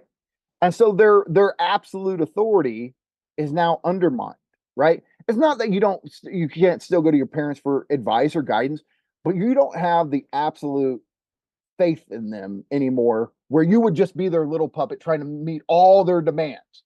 Once you encounter this, it's like, you can keep telling me that shit all you want. You don't even want that. Like, it gives you a space of the freedom. Okay, well, let's talk about another little scenario when it comes to this demand desire thing. When you're a kid and you're misbehaving, or you're full of energy and you're being rambunctious, whatever, your mom, your dad, they can say something to you. They can say, knock it off. We don't, stop it. That's not what one does, right? But the thing is, if you resist, if you argue with them, you can sense this other thing. They say they want you to do what's right and follow the rules, but you can pick up on this frustration with you, where what they're not saying is, get it right, you little fucking shit. Stop annoying the fuck, just do it. And this is all confusing, right? Get it right. Fucking enjoy. Stop being a pain in my fucking ass, right? There is this mean, silent dimension to our parents when they're frustrated with us, right? Most of the time, they're kind and gentle and patient, but there are moments they've been at work. They don't have the time energy to put up with your shit. It's called shut the fuck up. Be happy, motherfucker. Because if I tell you what to do and then you fuss about it or whatever, now you're making shit hard on me. Shut the fuck up. Enjoy. And so the function of the enjoy at this level of this unspoken, because it's unspoken, it's not the parents sitting there going, enjoy, enjoy, enjoy. It's not a literal spoken thing. What it is follow the fucking rules and find a way to enjoy yourself so you're not a fucking pain in my ass. And this is where superego begins to emerge out of the big other. It begins to emerge because a kid starts to pick up on their parent being put out with them. Like, I have to keep explaining this shit. Why can you not get it right? Just follow the fucking procedures. Just get it right. So enjoyment, on the one hand, this is where it's tricky. It's not just have jouissance. It is that, because the point is, jouissance is a name for be satisfied. All right, you're getting your way. Now shut the fuck up and stop being a problem. Be happy, right?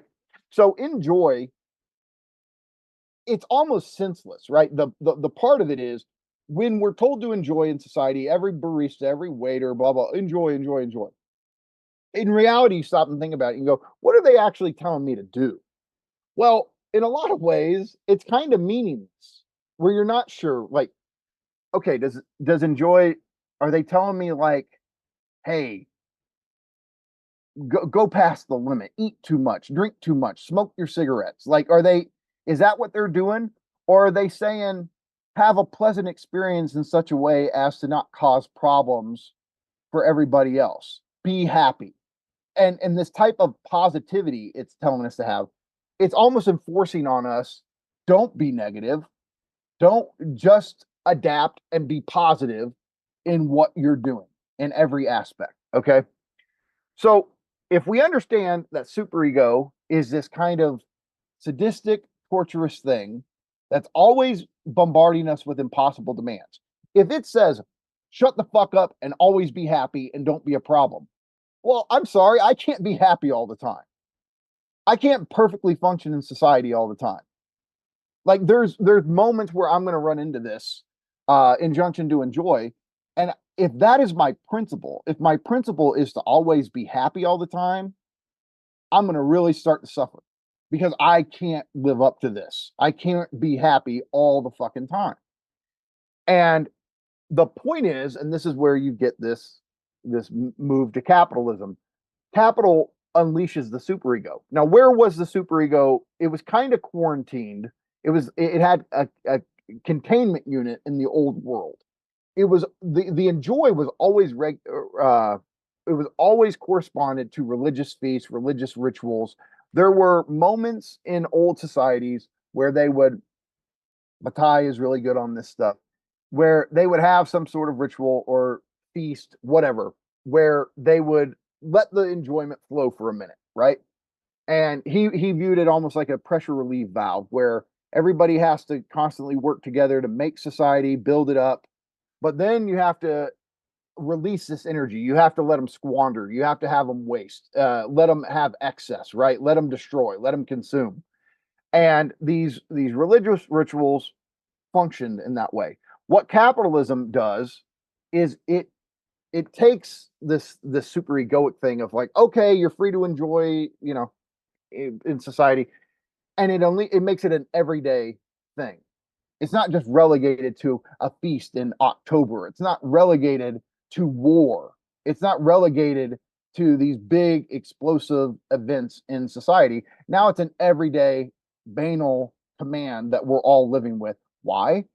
Buy more commodities. Enjoy, enjoy, enjoy. Work harder, buy more, enjoy, enjoy. And this is what pushes us in this weird kind of existential disposition that is it's unique to our time, which is burnout. It's burnout is what you get when you're living trying to satisfy the injunction to enjoy. Just work harder, just keep going, more, sacrifice more, and then get it done, and then you can enjoy, and blah blah blah. And it's like, fuck, I am so tired of trying to be happy. Like, I'm exhausted with trying to have the good life, right? And it's funny, right? What does Lacan say about anxiety? He says that anxiety arrives, it emerges when objet gets too close. Objet is the embodiment of jouissance. So anxiety occurs when we're overly saturated with the presence of enjoyment or what we think is going to give us enjoyment, right? Well, if now, instead of the big other, instead of prohibition, do your social duty. You have a duty to your country, blah blah blah. If now our duty has inverted and superego is more primary in our social space than big other, then our duty becomes enjoy your individual inclinations, enjoy your individual proclivities, right? Follow your unique desire, right? The stipulation, of course, is that you do this in a way that helps capital accumulate. It's always through the commodity. It's always through the entertainment we consume. It's always through the social media that we're posting on. And society gives us all these ways of expressing ourselves, letting us tap into our individual enjoyments. But the point is, all of it is in the service of capital. And there is this kind of collusion between this imperative the superego gives us and capital accumulation, the commodity system, etc. And so if we're overly saturated with jouissance, or we're overly saturated with trying to have jouissance, this also explains why anxiety disorders are such a common thing for us, right? Why the more and more we're trying to have jouissance, we're always trying to enjoy ourselves, we're always trying to have the full presence of enjoyment. This is what triggers anxiety for so many people. It's not lack, it's not desire that makes us anxious. It's over proximity to stimulation, to saturation of enjoyment, etc. Right? Dwayne Russell and Mark Murphy are Lacanians who are doing a lot with this idea of how we were at this point we're kind of been forced into being islands of jouissance, as they talk about. Right? They don't connect this to superego. That would be that's where I come in. I see it as related to superego, but they are aware of living in a society where prohibition has less and less a hold over how we orient ourselves, and because of that, the superego principle of enjoy yourself, be an individual, pursue your blah blah blah. Okay, so hopefully we have an idea of that's big other, that's superego. The point is, they do ultimately, despite their friction, and there is a real friction between them, we can't deny that, but that friction between them is undergirded by an even more fundamental secret collusion, because all the stuff that we do by the superego are forms of social enjoyment that actually help reproduce society, right? That forms a law, like that is the law. It's the law is the personification of both big other and superego, and the friction that entails, and the secret collusion it also entails. Okay, so here's the thing though, as human beings caught up in this, well, you're supposed to do what one does, you have to follow the prohibitions. Oh, well, you have an obligation to enjoy and be happy, right? Something calls from within ourselves where we're just like, man, fuck this whole thing. Like, this is just not like trying to satisfy either don't enjoy it all, always do the social duty, or which is more the old school way of life, or now, which is be happy, be stimulated, always be positive. And this is where, this talk of toxic positivity comes in. That's superego. Superego is what saturates us with this sense of always be happy, don't have room for negativity, always be full, always be on the move, always blah blah blah. And it's like, oh my god, that's where burnout comes from, is this sense of duty we have to the superego. Both of these suck, right? And now here's the thing: prohibition, there's a fundamental level that, yes, we have to grasp this to be functioning subjects, right? But the old systems really did have a tendency to get out of hand. The way they would prohibit certain, being gay or being trans, like individual freedom. Like, we don't want to go back to them old social orders that were rooted in the no, because they were. I mean, try to place yourself back in like a local tribe, and think of trying to operate on some sort of and these are liberal principles I'm going to assume we all share. I don't mean you're a Democrat or you're a liberal in the standards. Liberal in the sense of I am an individual with rights, I'm an individual, you can't just impose whatever you want. Like, that's that gut sense of individual freedom we all have. Try to assert that in the tribe. Good luck, right? Because the prohibitions, the symbolic order was so strict, was so so coded on our lives. There was no space for you to assert your individuality in the face of the prohibitions of your symbolic order, right? So, you know, this idea of going back to, there's some people who romanticize tribal societies. There's some people who want to romanticize traditional or feudal societies. And I don't think these people understand what it would be like for them as a modernized liberal consumer, in this broad sense that we're all liberal consumers, right? What they would be shocked to go back and understand the weight of the prohibition in those societies. And so you didn't have this room, this space to go, look, our society does things, it prohibits things. These are unjust. These cause all these inequalities. They weren't hearing that shit back then, right? The prohibitions were too strong, and they were ultimately rooted in God, or they were rooted in the king, and the king was rooted in God. You didn't have the space to do philosophy and theory and criticize and blah blah blah, right? So that's where the prohibitions, the no, got way out of hand. Okay, but when you have this duty to always be happy and enjoy, this is an unbearable pressure, right? Like, this is why they talk about the superego as an impossible demand. Well, if you tell me to always be happy, you've just placed an impossible burden on me, right? Zizek thinks that the type of symbolic order we need to go to is one where the basic default principle is, yeah, of course, you can't enjoy every single way you want, whenever you want. You gotta limit your desire. You also don't have any major obligation to enjoy yourself all the time. Enjoy, don't enjoy, either one's okay. He thinks this is the type of governing social agency. If our big other, whatever we want, if our big norming was the norm. Enjoy, don't enjoy, negativity is part of life, positivity is part of life. You don't have to be overridden with guilt because you did something remotely transgressive. Okay, we're not going to punish you. We're not going to burn you at the stake.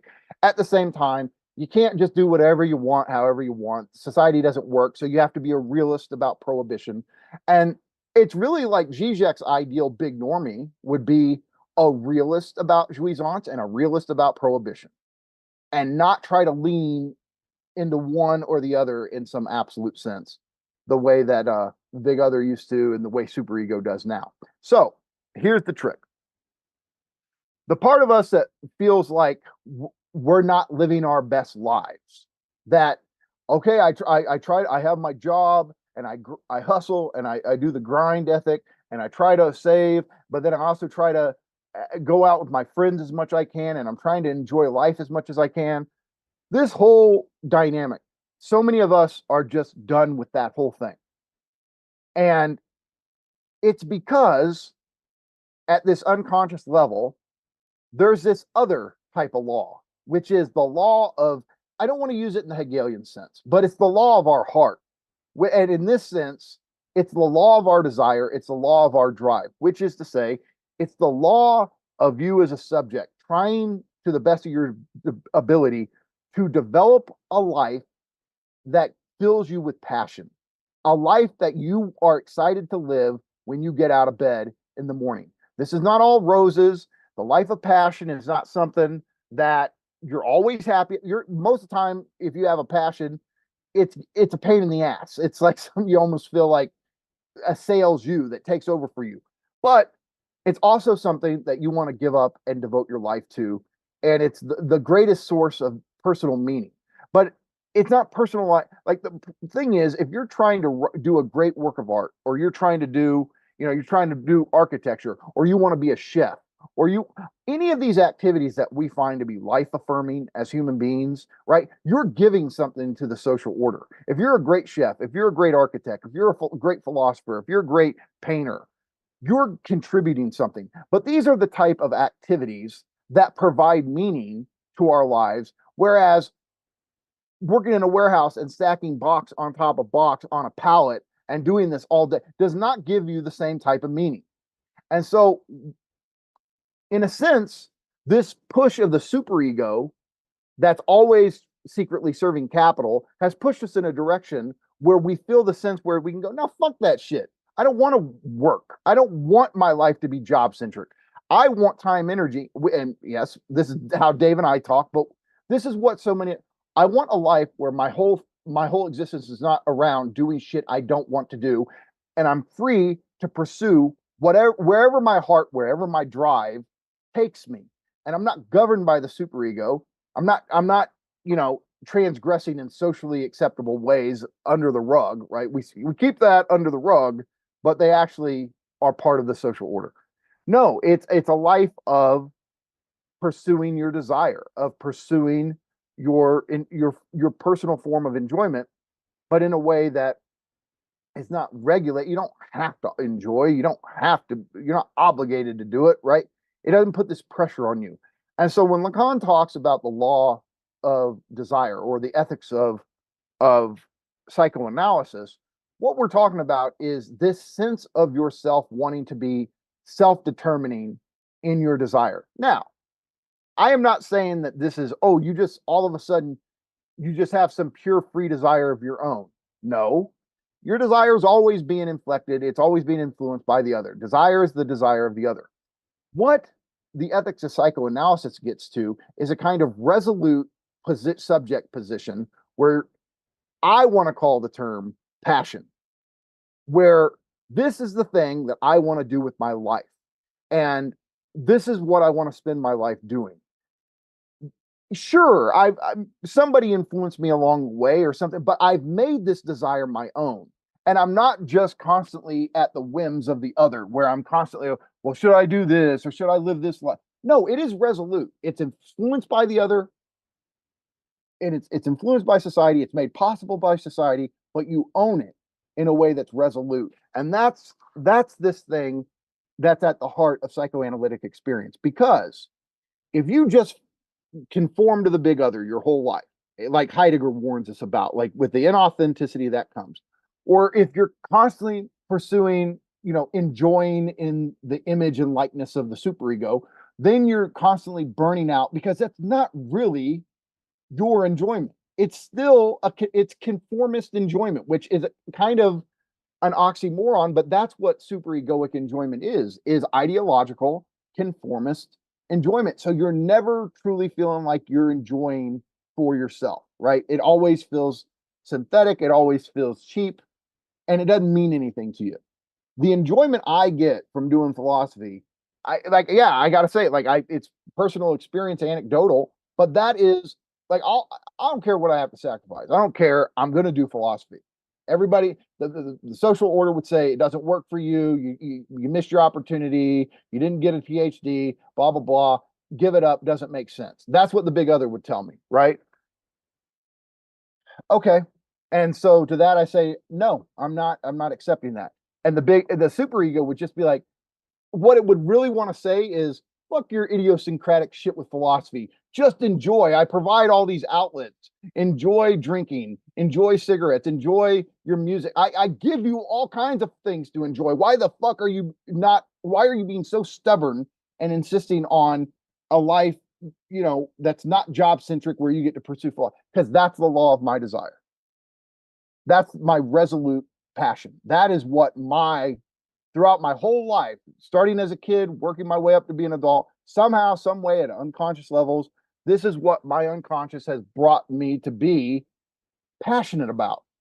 And a life where I don't pursue this is a failed life. No matter if I'm successful from the perspective of the big other, or I'm enjoying in a way, or I'm trying to live according to super, I failed.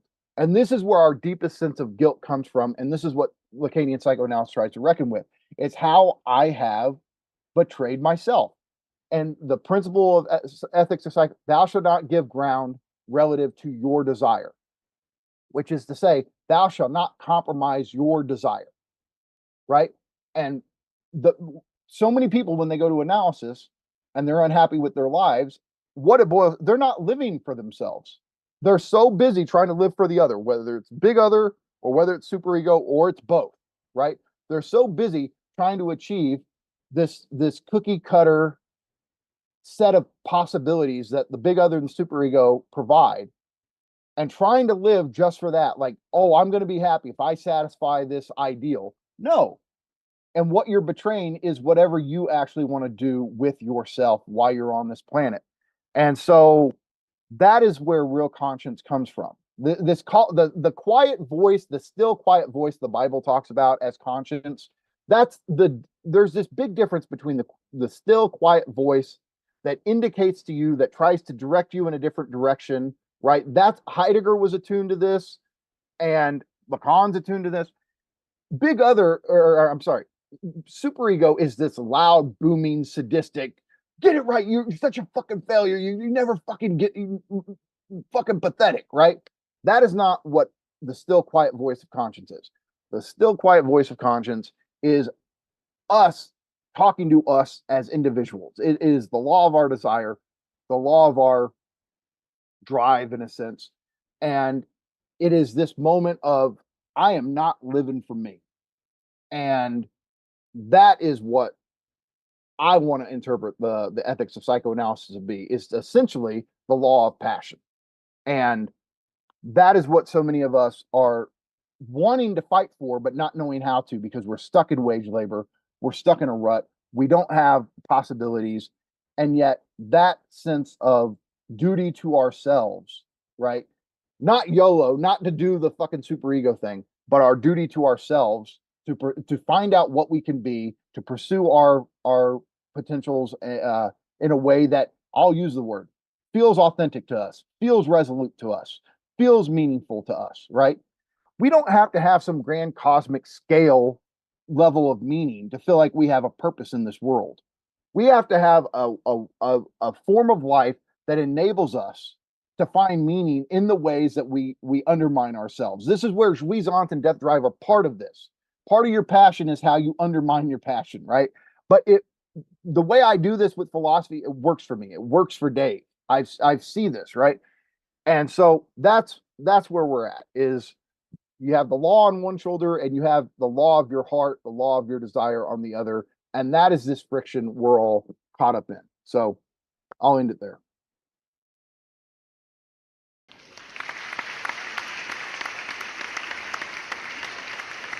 Excellent.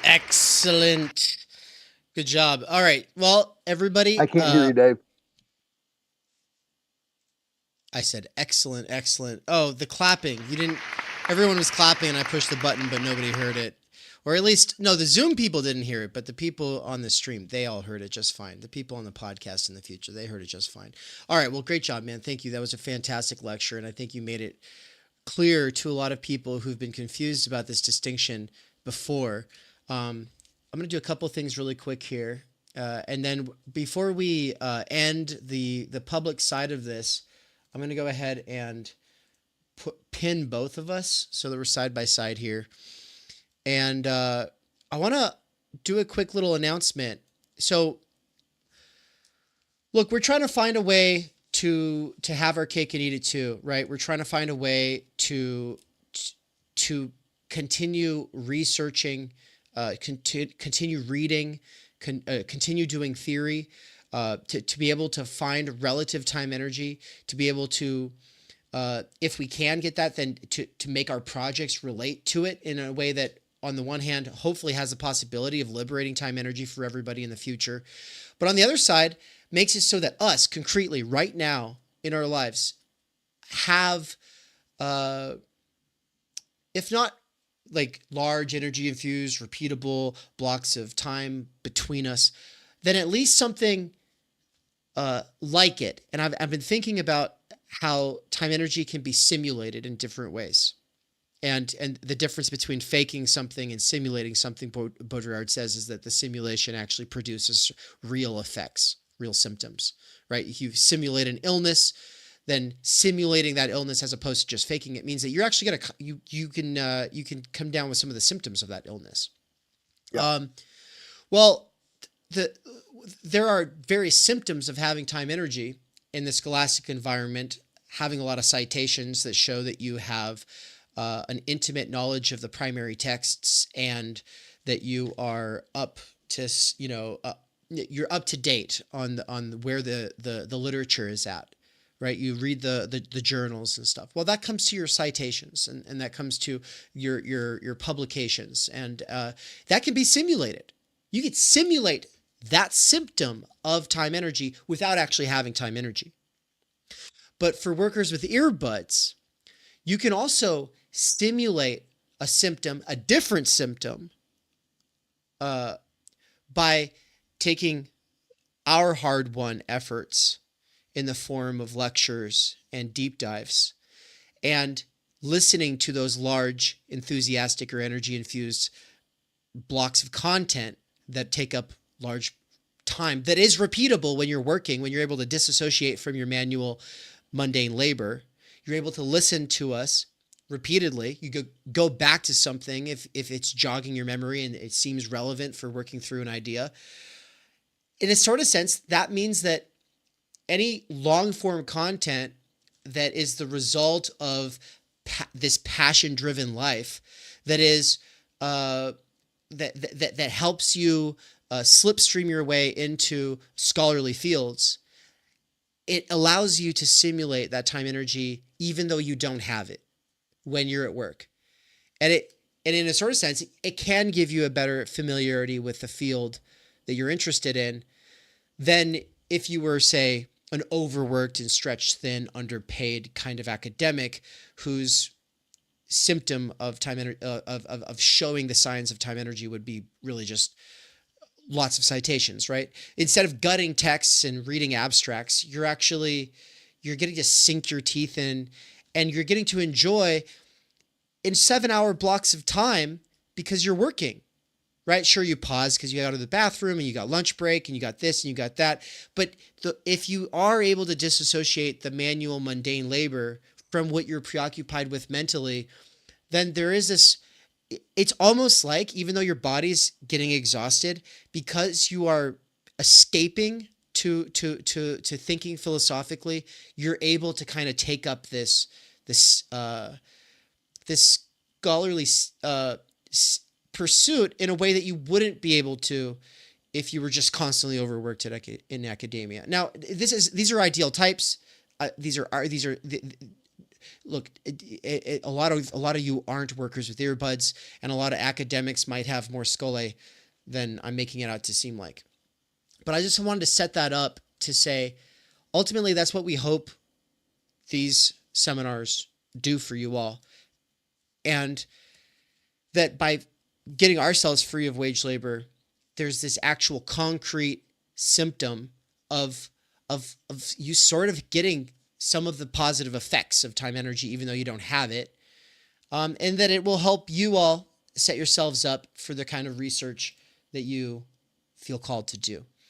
Now, with all of that, I wanted to announce before we close out here that we officially have unveiled, as of in the last 24 hours here, a new thing at Theory Underground. And it's something that I've been building up to for the last several years with hashtag Free Mikey, right? Hashtag Free Mikey is just the idea that like the two of us would not do stuff on the internet if it wasn't for us encouraging one another. And though we have at times had fallouts and disagreements and stuff like that, it's never been like that long, because ultimately we require one another's encouragement. And I need to be able to bounce ideas off of Mikey, and I take a lot of inspiration, like you all do, from his drive that is oriented around the life of the mind. Like the fact that you're still, Mikey, after work every day, going to the coffee shop for at least 3 hours is insane, even though it's so exhausting. Well, what is the plan for Free Mikey? This is it, everybody. Check it out. I'm going to put it up on the screen here. First, for the people in the Zoom call here, you won't be able to see what I'm about to show on the screen, but I'll share it into the chat so you can all just look at these things there. You'll be familiar with a couple of these, even though the graphic design is a little different. But what you see, here we go. This is the Snellgrove-McCarricker synthesis seminars, right? What? Pause. It's got to pause. Oh, I see what's happening. It doesn't let me pause. Okay, Snellgrove McCarricker synthesis seminars. These have been going on, and everybody's familiar with what they are now. And you can sign up. There's all these different tiers for involvement. Well, now we've released the Mikey Downs Research Seminar subscription that you can also do. And basically, I'm just going to leave that up on the screen and let you talk about it a little bit, Mikey. Like, how are we conceptualizing it? What's the end game here? What's it going to look like? How's it going to work out? Well, the way I mean, look, my time energy is so limited right now. I mean, the plans for the real future would be where I could do office hours. I could, I could do hell, maybe a seminar every seminar lesson or session, whatever, every, I mean, if not once a week, then every 2 weeks or something like that. Because I really, I like doing what we did today. Um, it's easy for me to put together something for, an hour. I can just riff for an hour off this, something that I'm working on during the week. So it's not like a big thing that would, I could do that on a regular basis, right? Um, and being able to do office hours where people can ask questions and we can have discussions about what they're working on or whatever. However, I love doing that idea too. So really, it's the goal is one, to get where I can read and research again. I know everybody probably has to go, don't you do that? No, not really. Um, in a weird sense, the only time I get during the day to do anything is the 3 hours after work, 3 to 4 hours, depending on when I get off. But basically, I have to write during those hours. That's like, so the Nick Land book and the other stuff and my main book. So writing takes up everything that I'm doing at night, after work. So in a weird sense, like I have surplus theory. Like all those years that I had time energy, um, I read so much and was able to absorb so much that all the stuff that I'm doing now is really off of reading and research I did years ago. And I really do, like, there's books that I want to write in the future that I know I can't write unless I can research again. Like the what I've read years ago is not sufficient for some of the stuff I want to write in the future.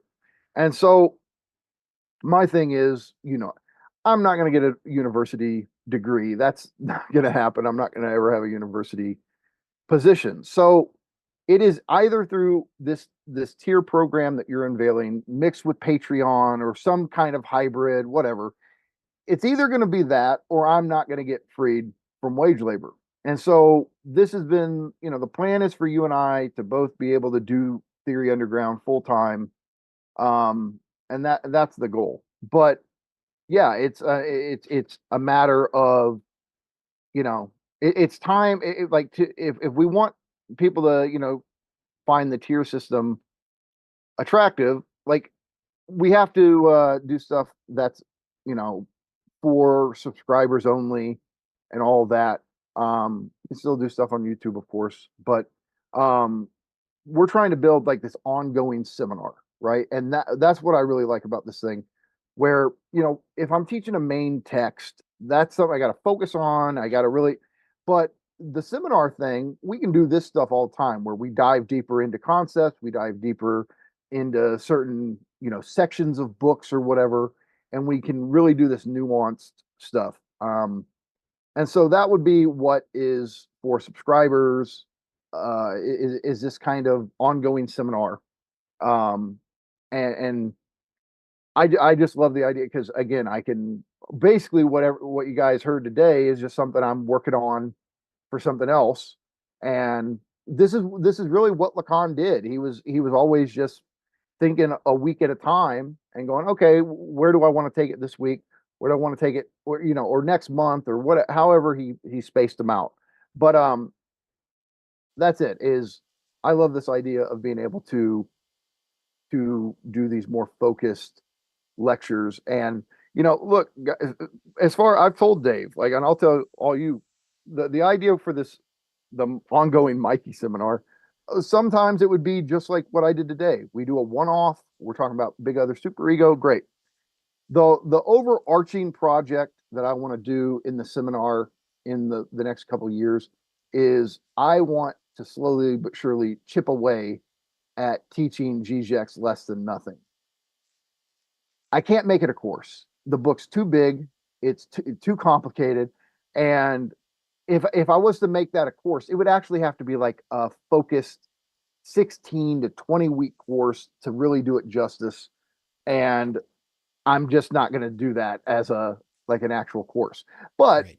if I make this my overarching project for the private seminar, we can chip away at it as we go. So I can teach, two sessions on less than nothing. Then if we need to focus on a basic concept or something, or we want to something comes up in pop culture or in politics and we want to take the next session and do that, it just makes it where we'll get through less than nothing, but we'll get through it in a way that is not like, oh God, how do we push through? Right. Um, so less than nothing would be a big project that I would love to do. Once I get through that, there's other books that I sit there and I go, God, like how do I teach this as a course? I would love to teach Critique of Pure Reason. I think it would be to do it right would take a lot of time, right? Sure, you can find little video series that run through it and like, oh, here's 9 videos, they're 10 minutes long. Yeah, but do you get a good introduction? You don't get the details of the text.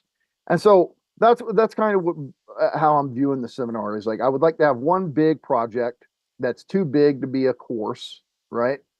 That we do that, but we mix in one-offs and we can diverge for a minute and do digressions that are meaningful and productive. So that's kind of how I'm viewing it.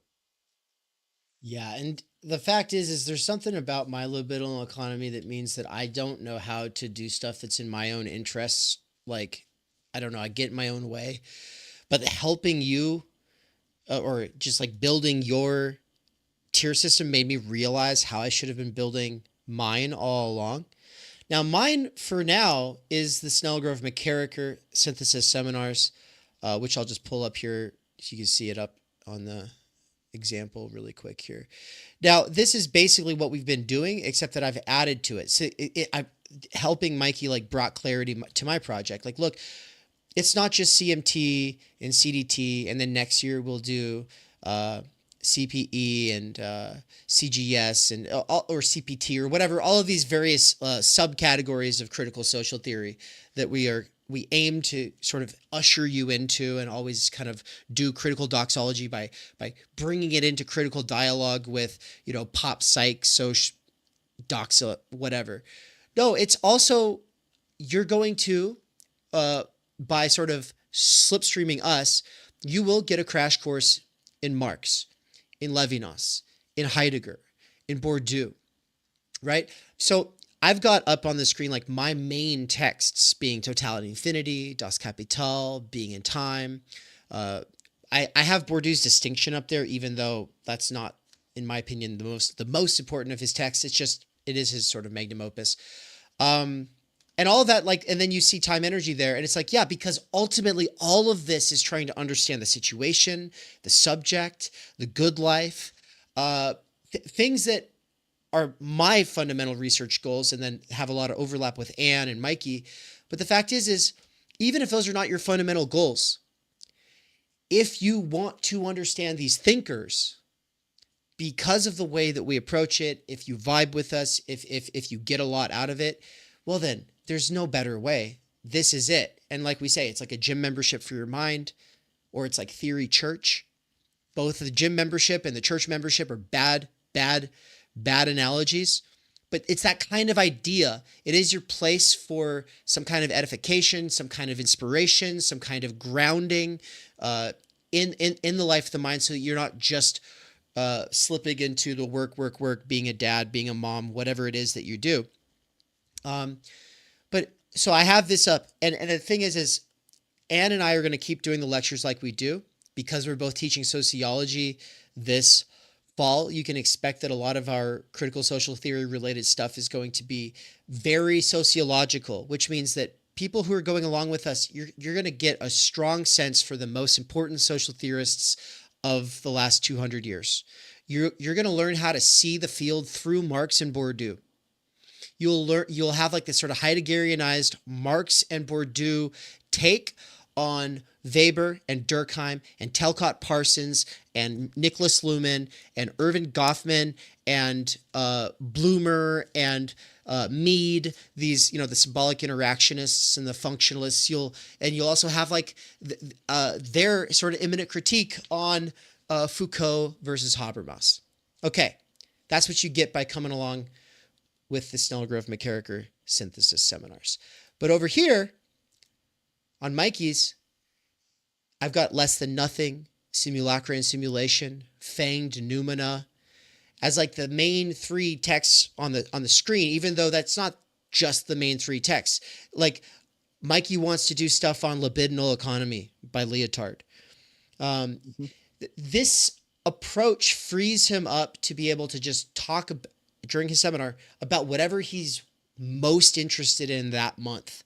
Whereas the course approach, which he's still excited to do 2 to 3 courses per year, and we got the intro to Zizek coming up here very soon. The course approach requires a lot more thinking ahead and prep, and then you kind of have to be focused on it.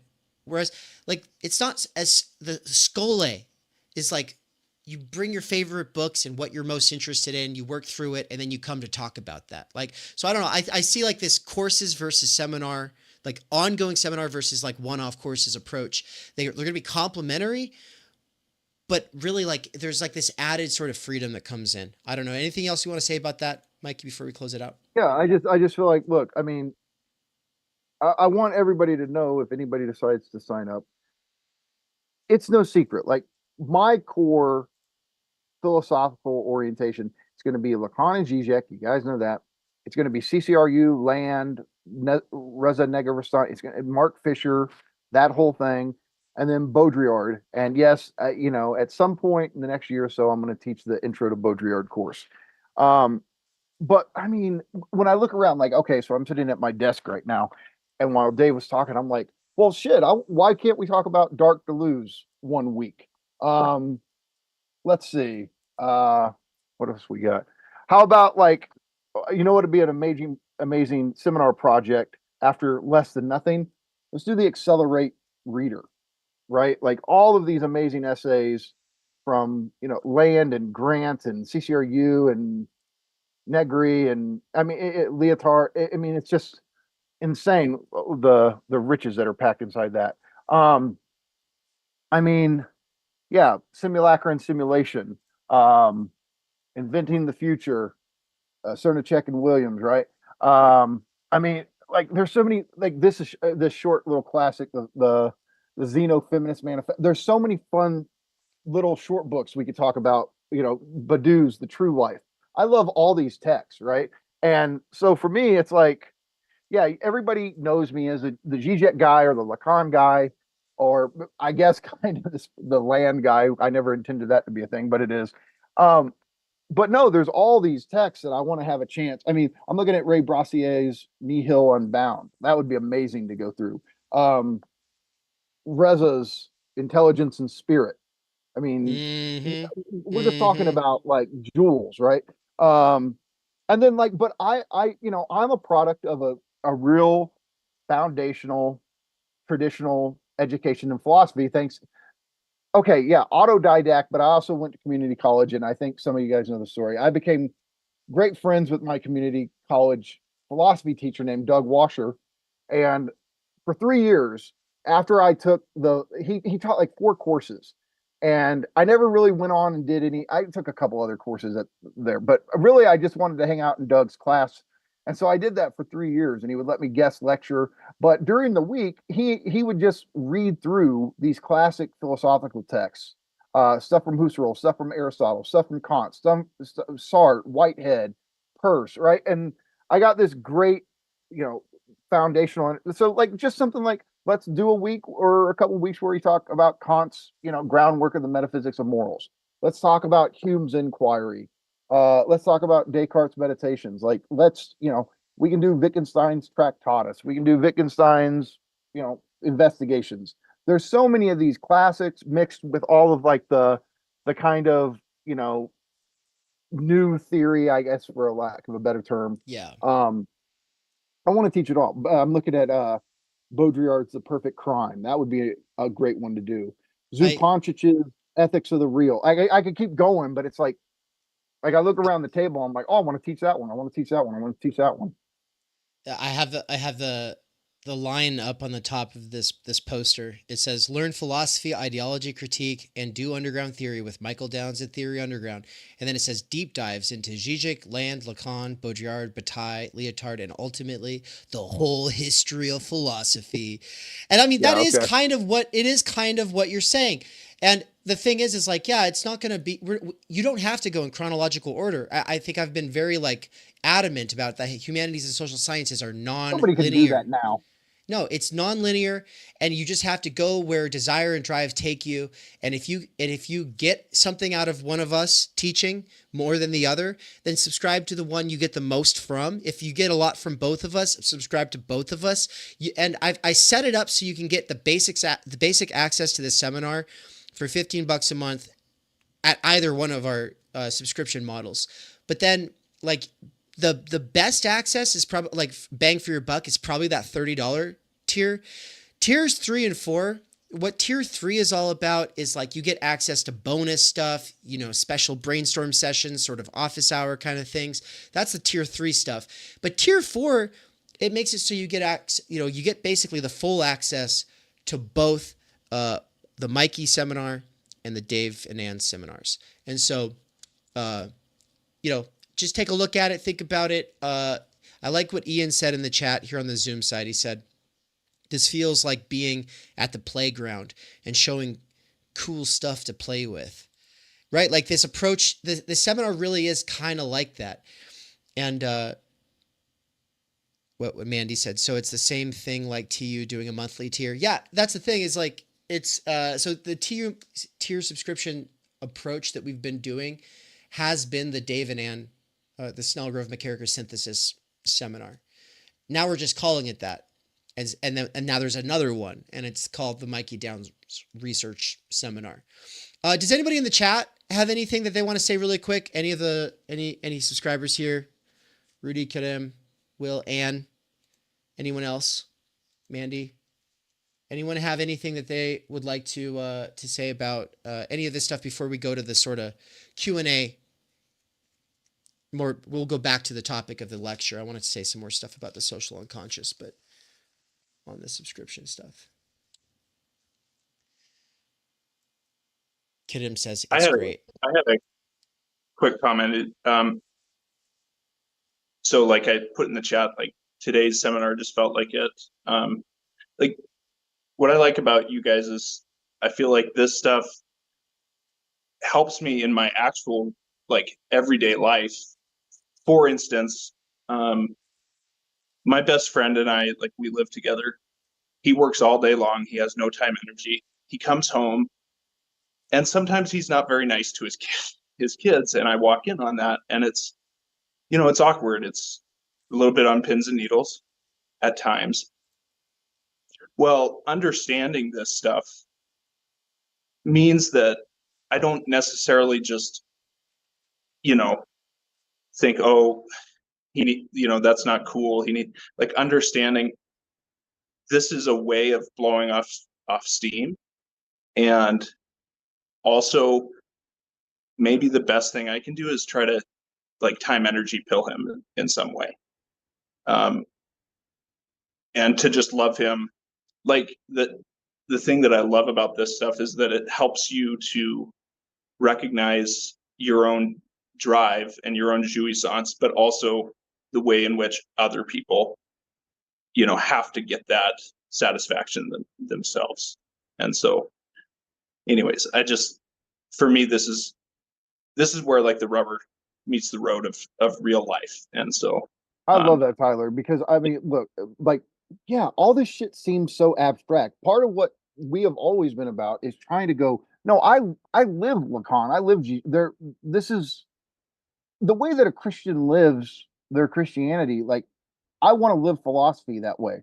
And what I've learned about drive, what I've learned about like, this is why I just don't like, I kind of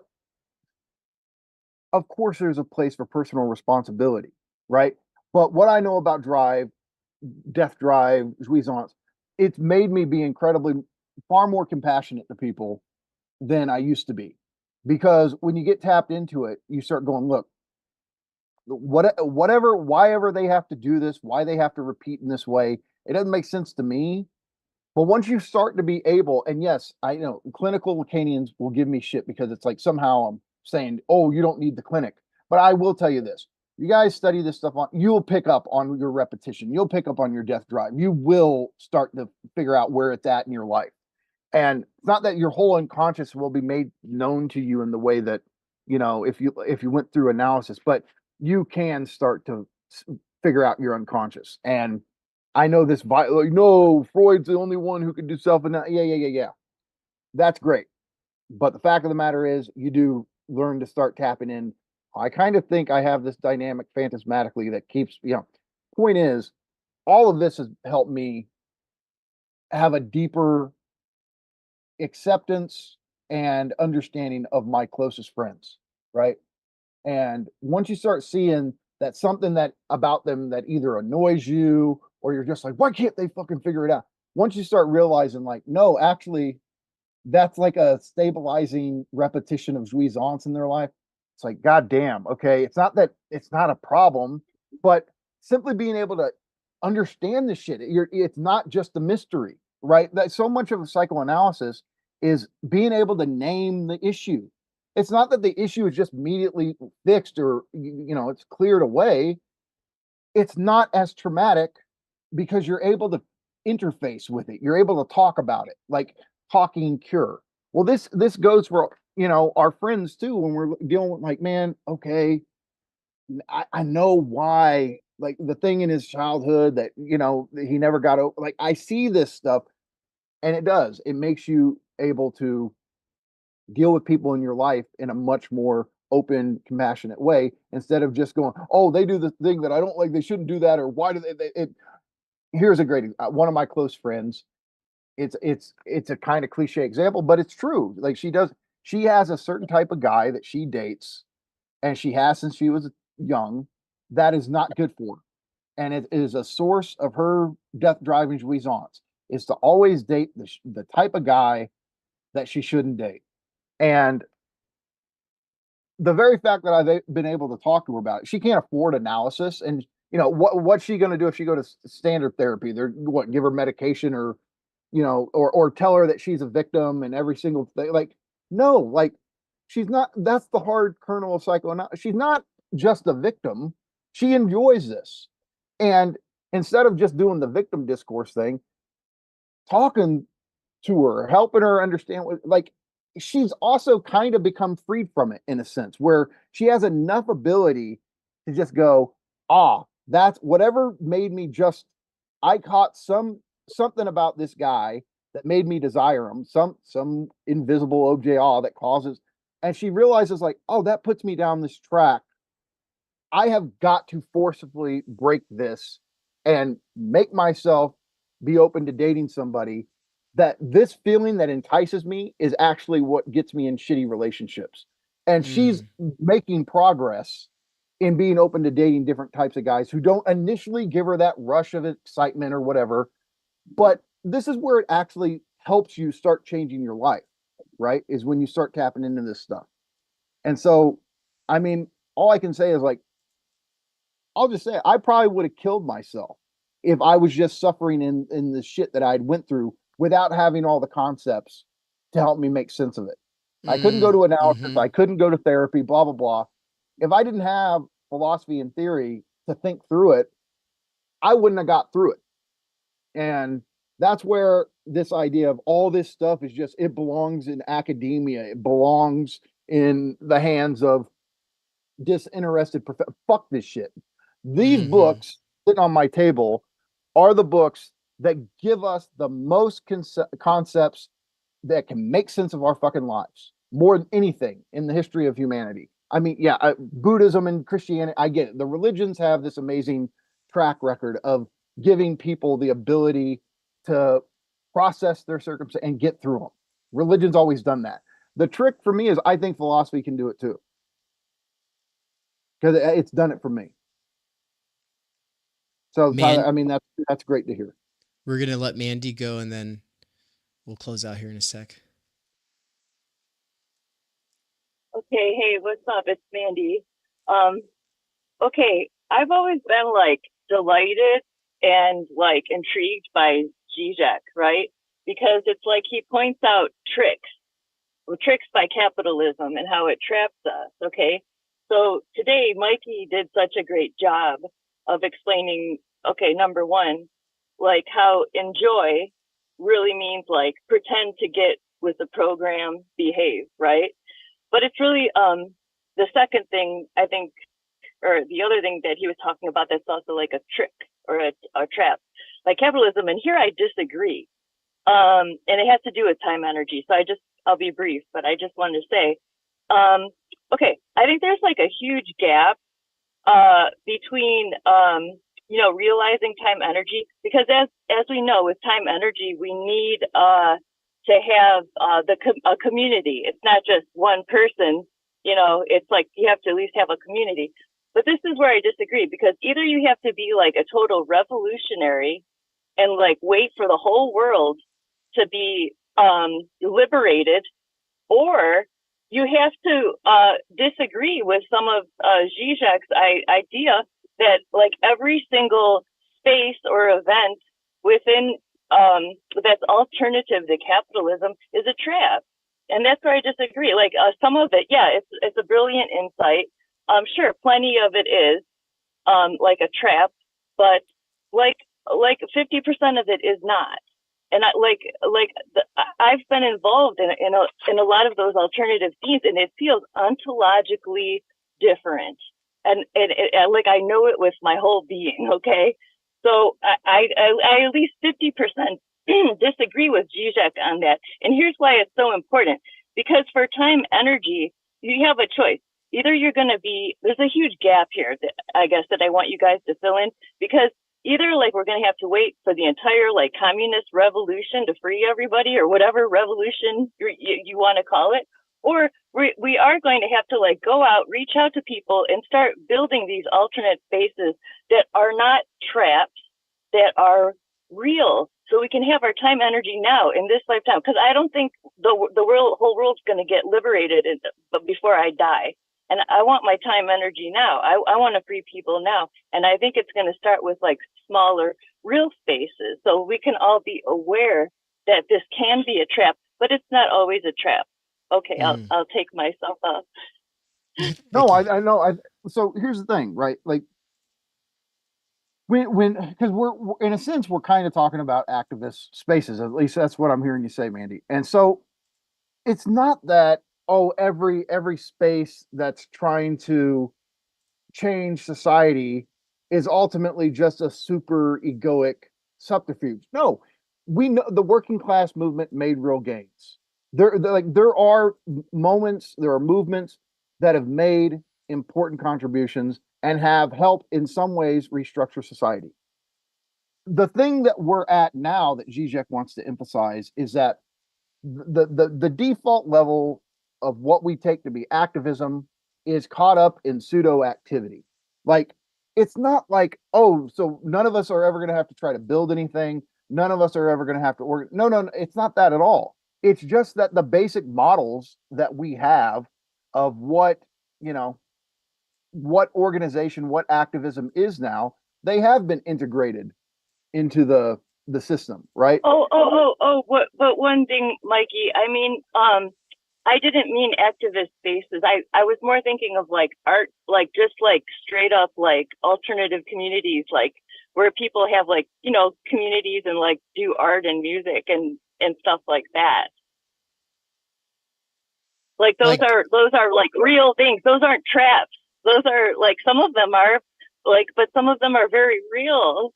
Yeah. So you know, like that this. I've experienced different music scenes, different alternative things. They weren't trapped from, like, I don't agree with all of Zizek's. It's not 100% trapped. That's what I'm saying. Like, you know, being like a bohemian artist, it's very real. It could be a trap, or it could be very real. And I want people to fight for that now, you know?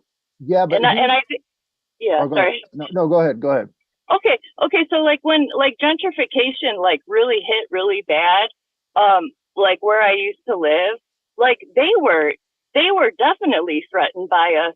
They would have like police cars just like park outside of like the bookstore that we hung out at. They were constantly trying to send people in there. They were totally like threatened and bothered by us, and we were mostly just like a bunch of people doing art and reading books, even though there was some like political activism as well.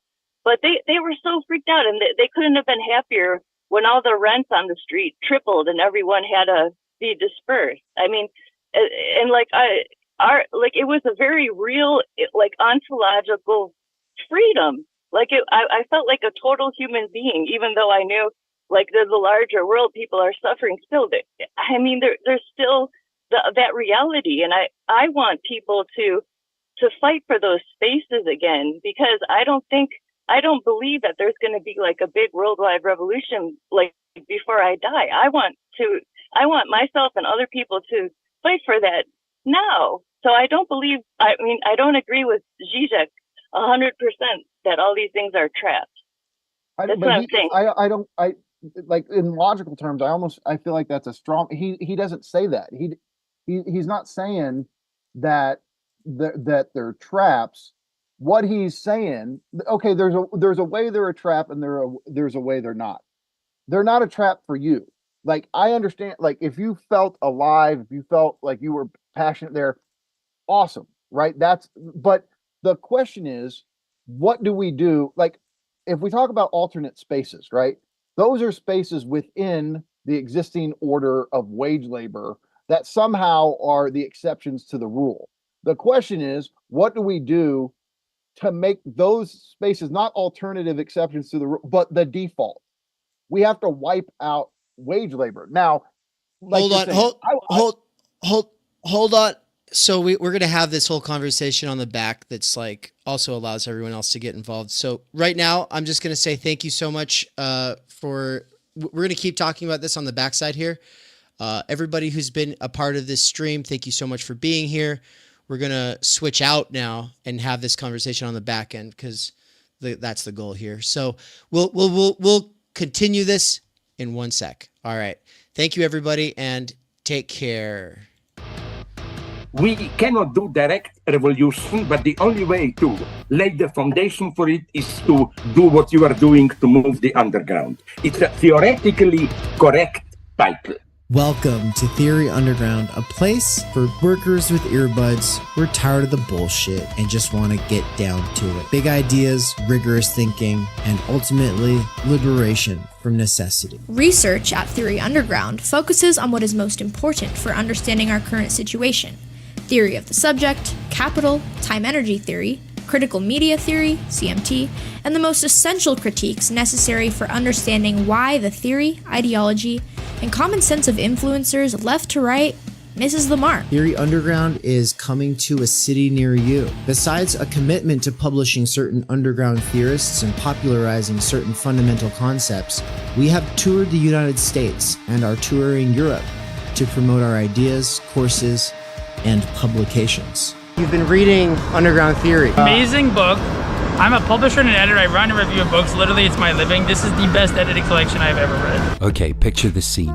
America, early 2021. An Amazon warehouse worker arises from the emerging underground theory internet scene to create spaces for untimely topics and concerns that are too often neglected or kept in isolation today. Joined by a revolving cast of underground theorists, academics, and critics, he establishes what will become Theory Underground, a teaching, research, and publishing platform by and for working-class intellectuals, autodidacts, and academics who want to do more than they're able to do within the confines of academia. That warehouse worker's name is David McKerracher, and his book Time Energy is his first major contribution to the world of theory. It was recently reprinted with a foreword by none other than Slavoj Žižek, who also contributed to Theory Underground's latest book. My Bible, it's an excellent book. A collection of essays called Underground Theory.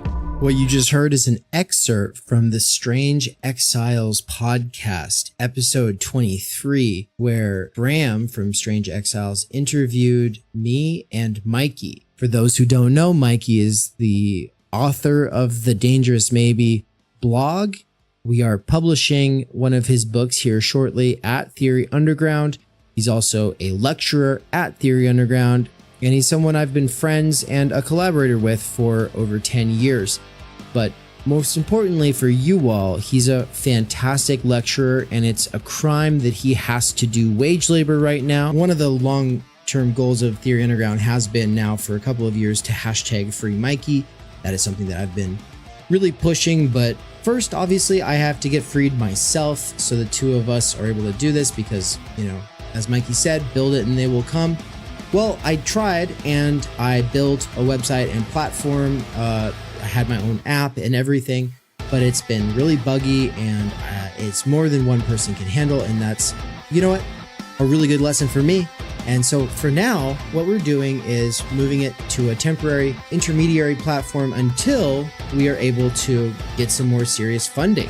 And ultimately, we want to be in a place like this, a real brick and mortar digital nomadic mecca where people can come from all over the world. But also, the app was really expensive, and so by quitting it, I am now able to save a lot of money, and with the help of my patrons and the students at Theory Underground, especially the monthly subscribers, I am officially able to quit Amazon and do Theory Underground full time. So thank you so much, everybody. This is one huge step forward. With that said, several subscribers did not migrate from the now defunct app to the new setup, and I'm guaranteed to lose people over time. So please, if you want to get involved, become a subscriber. If you're not even sure what this is all about but are just curious, then I've added tier 0 and tier 1 for very basic kinds of access to what we are doing behind the scenes. If you don't have any time or energy to get involved, but you do have some money to help support this project from afar, then please check out the Patreon. My patrons over at Patreon make the podcast and public YouTube possible. Thank you. As for once-in-a-lifetime events, check out the new poster for the American Idiots Theory Underground European Book Tour. Paris, Brussels, Berlin, Vienna, Linz, Krakow, Glasgow, London, and Oxford from April 27th to May 25th, 2024. 2 events are already fully booked out. Save a seat at an event by getting in contact with us ASAP. Finally, the call for proposals to our conference in Mexico.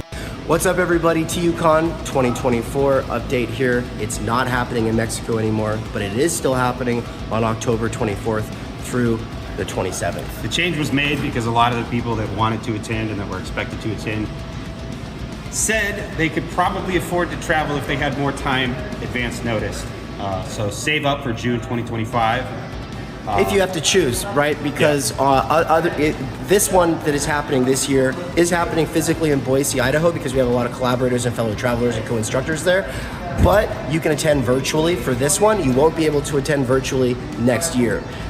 So yeah, if you have to choose, attend physically in 2025. The call for proposals already happened. The writing workshop for proposals already happened. You can still get the links to both of those. Just shoot us a message and ask for those links. We'll get you those. And the form goes live on June 1st, and the deadline is June 15th. So if you're attending physically, let me know ASAP. Get in on it. All right. Finally, last little thing here is to say thank you so much to my patrons over at Patreon.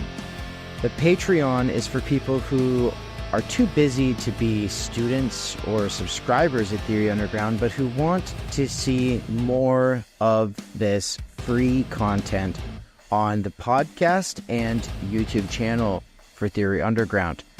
You are the ones who see something of value in the free content being made available here, and you want to see more of it. Your patron pledges at Patreon are a real motivator for me, so thank you so much. Especially thanks to Marilyn Lawrence, Bert Vanderkar, Carl Vanderlip, Nikolai, Sahil Kumar, Suxandra, Darian Large, Tyler Murphy, Max Mackin, Al, Algeri, Ben Rosenblum, Cortlantic Airlines, Lewis, Matt Payne, Neil C., Simon Condon, Yiz, and Schwabkinson. Thank you.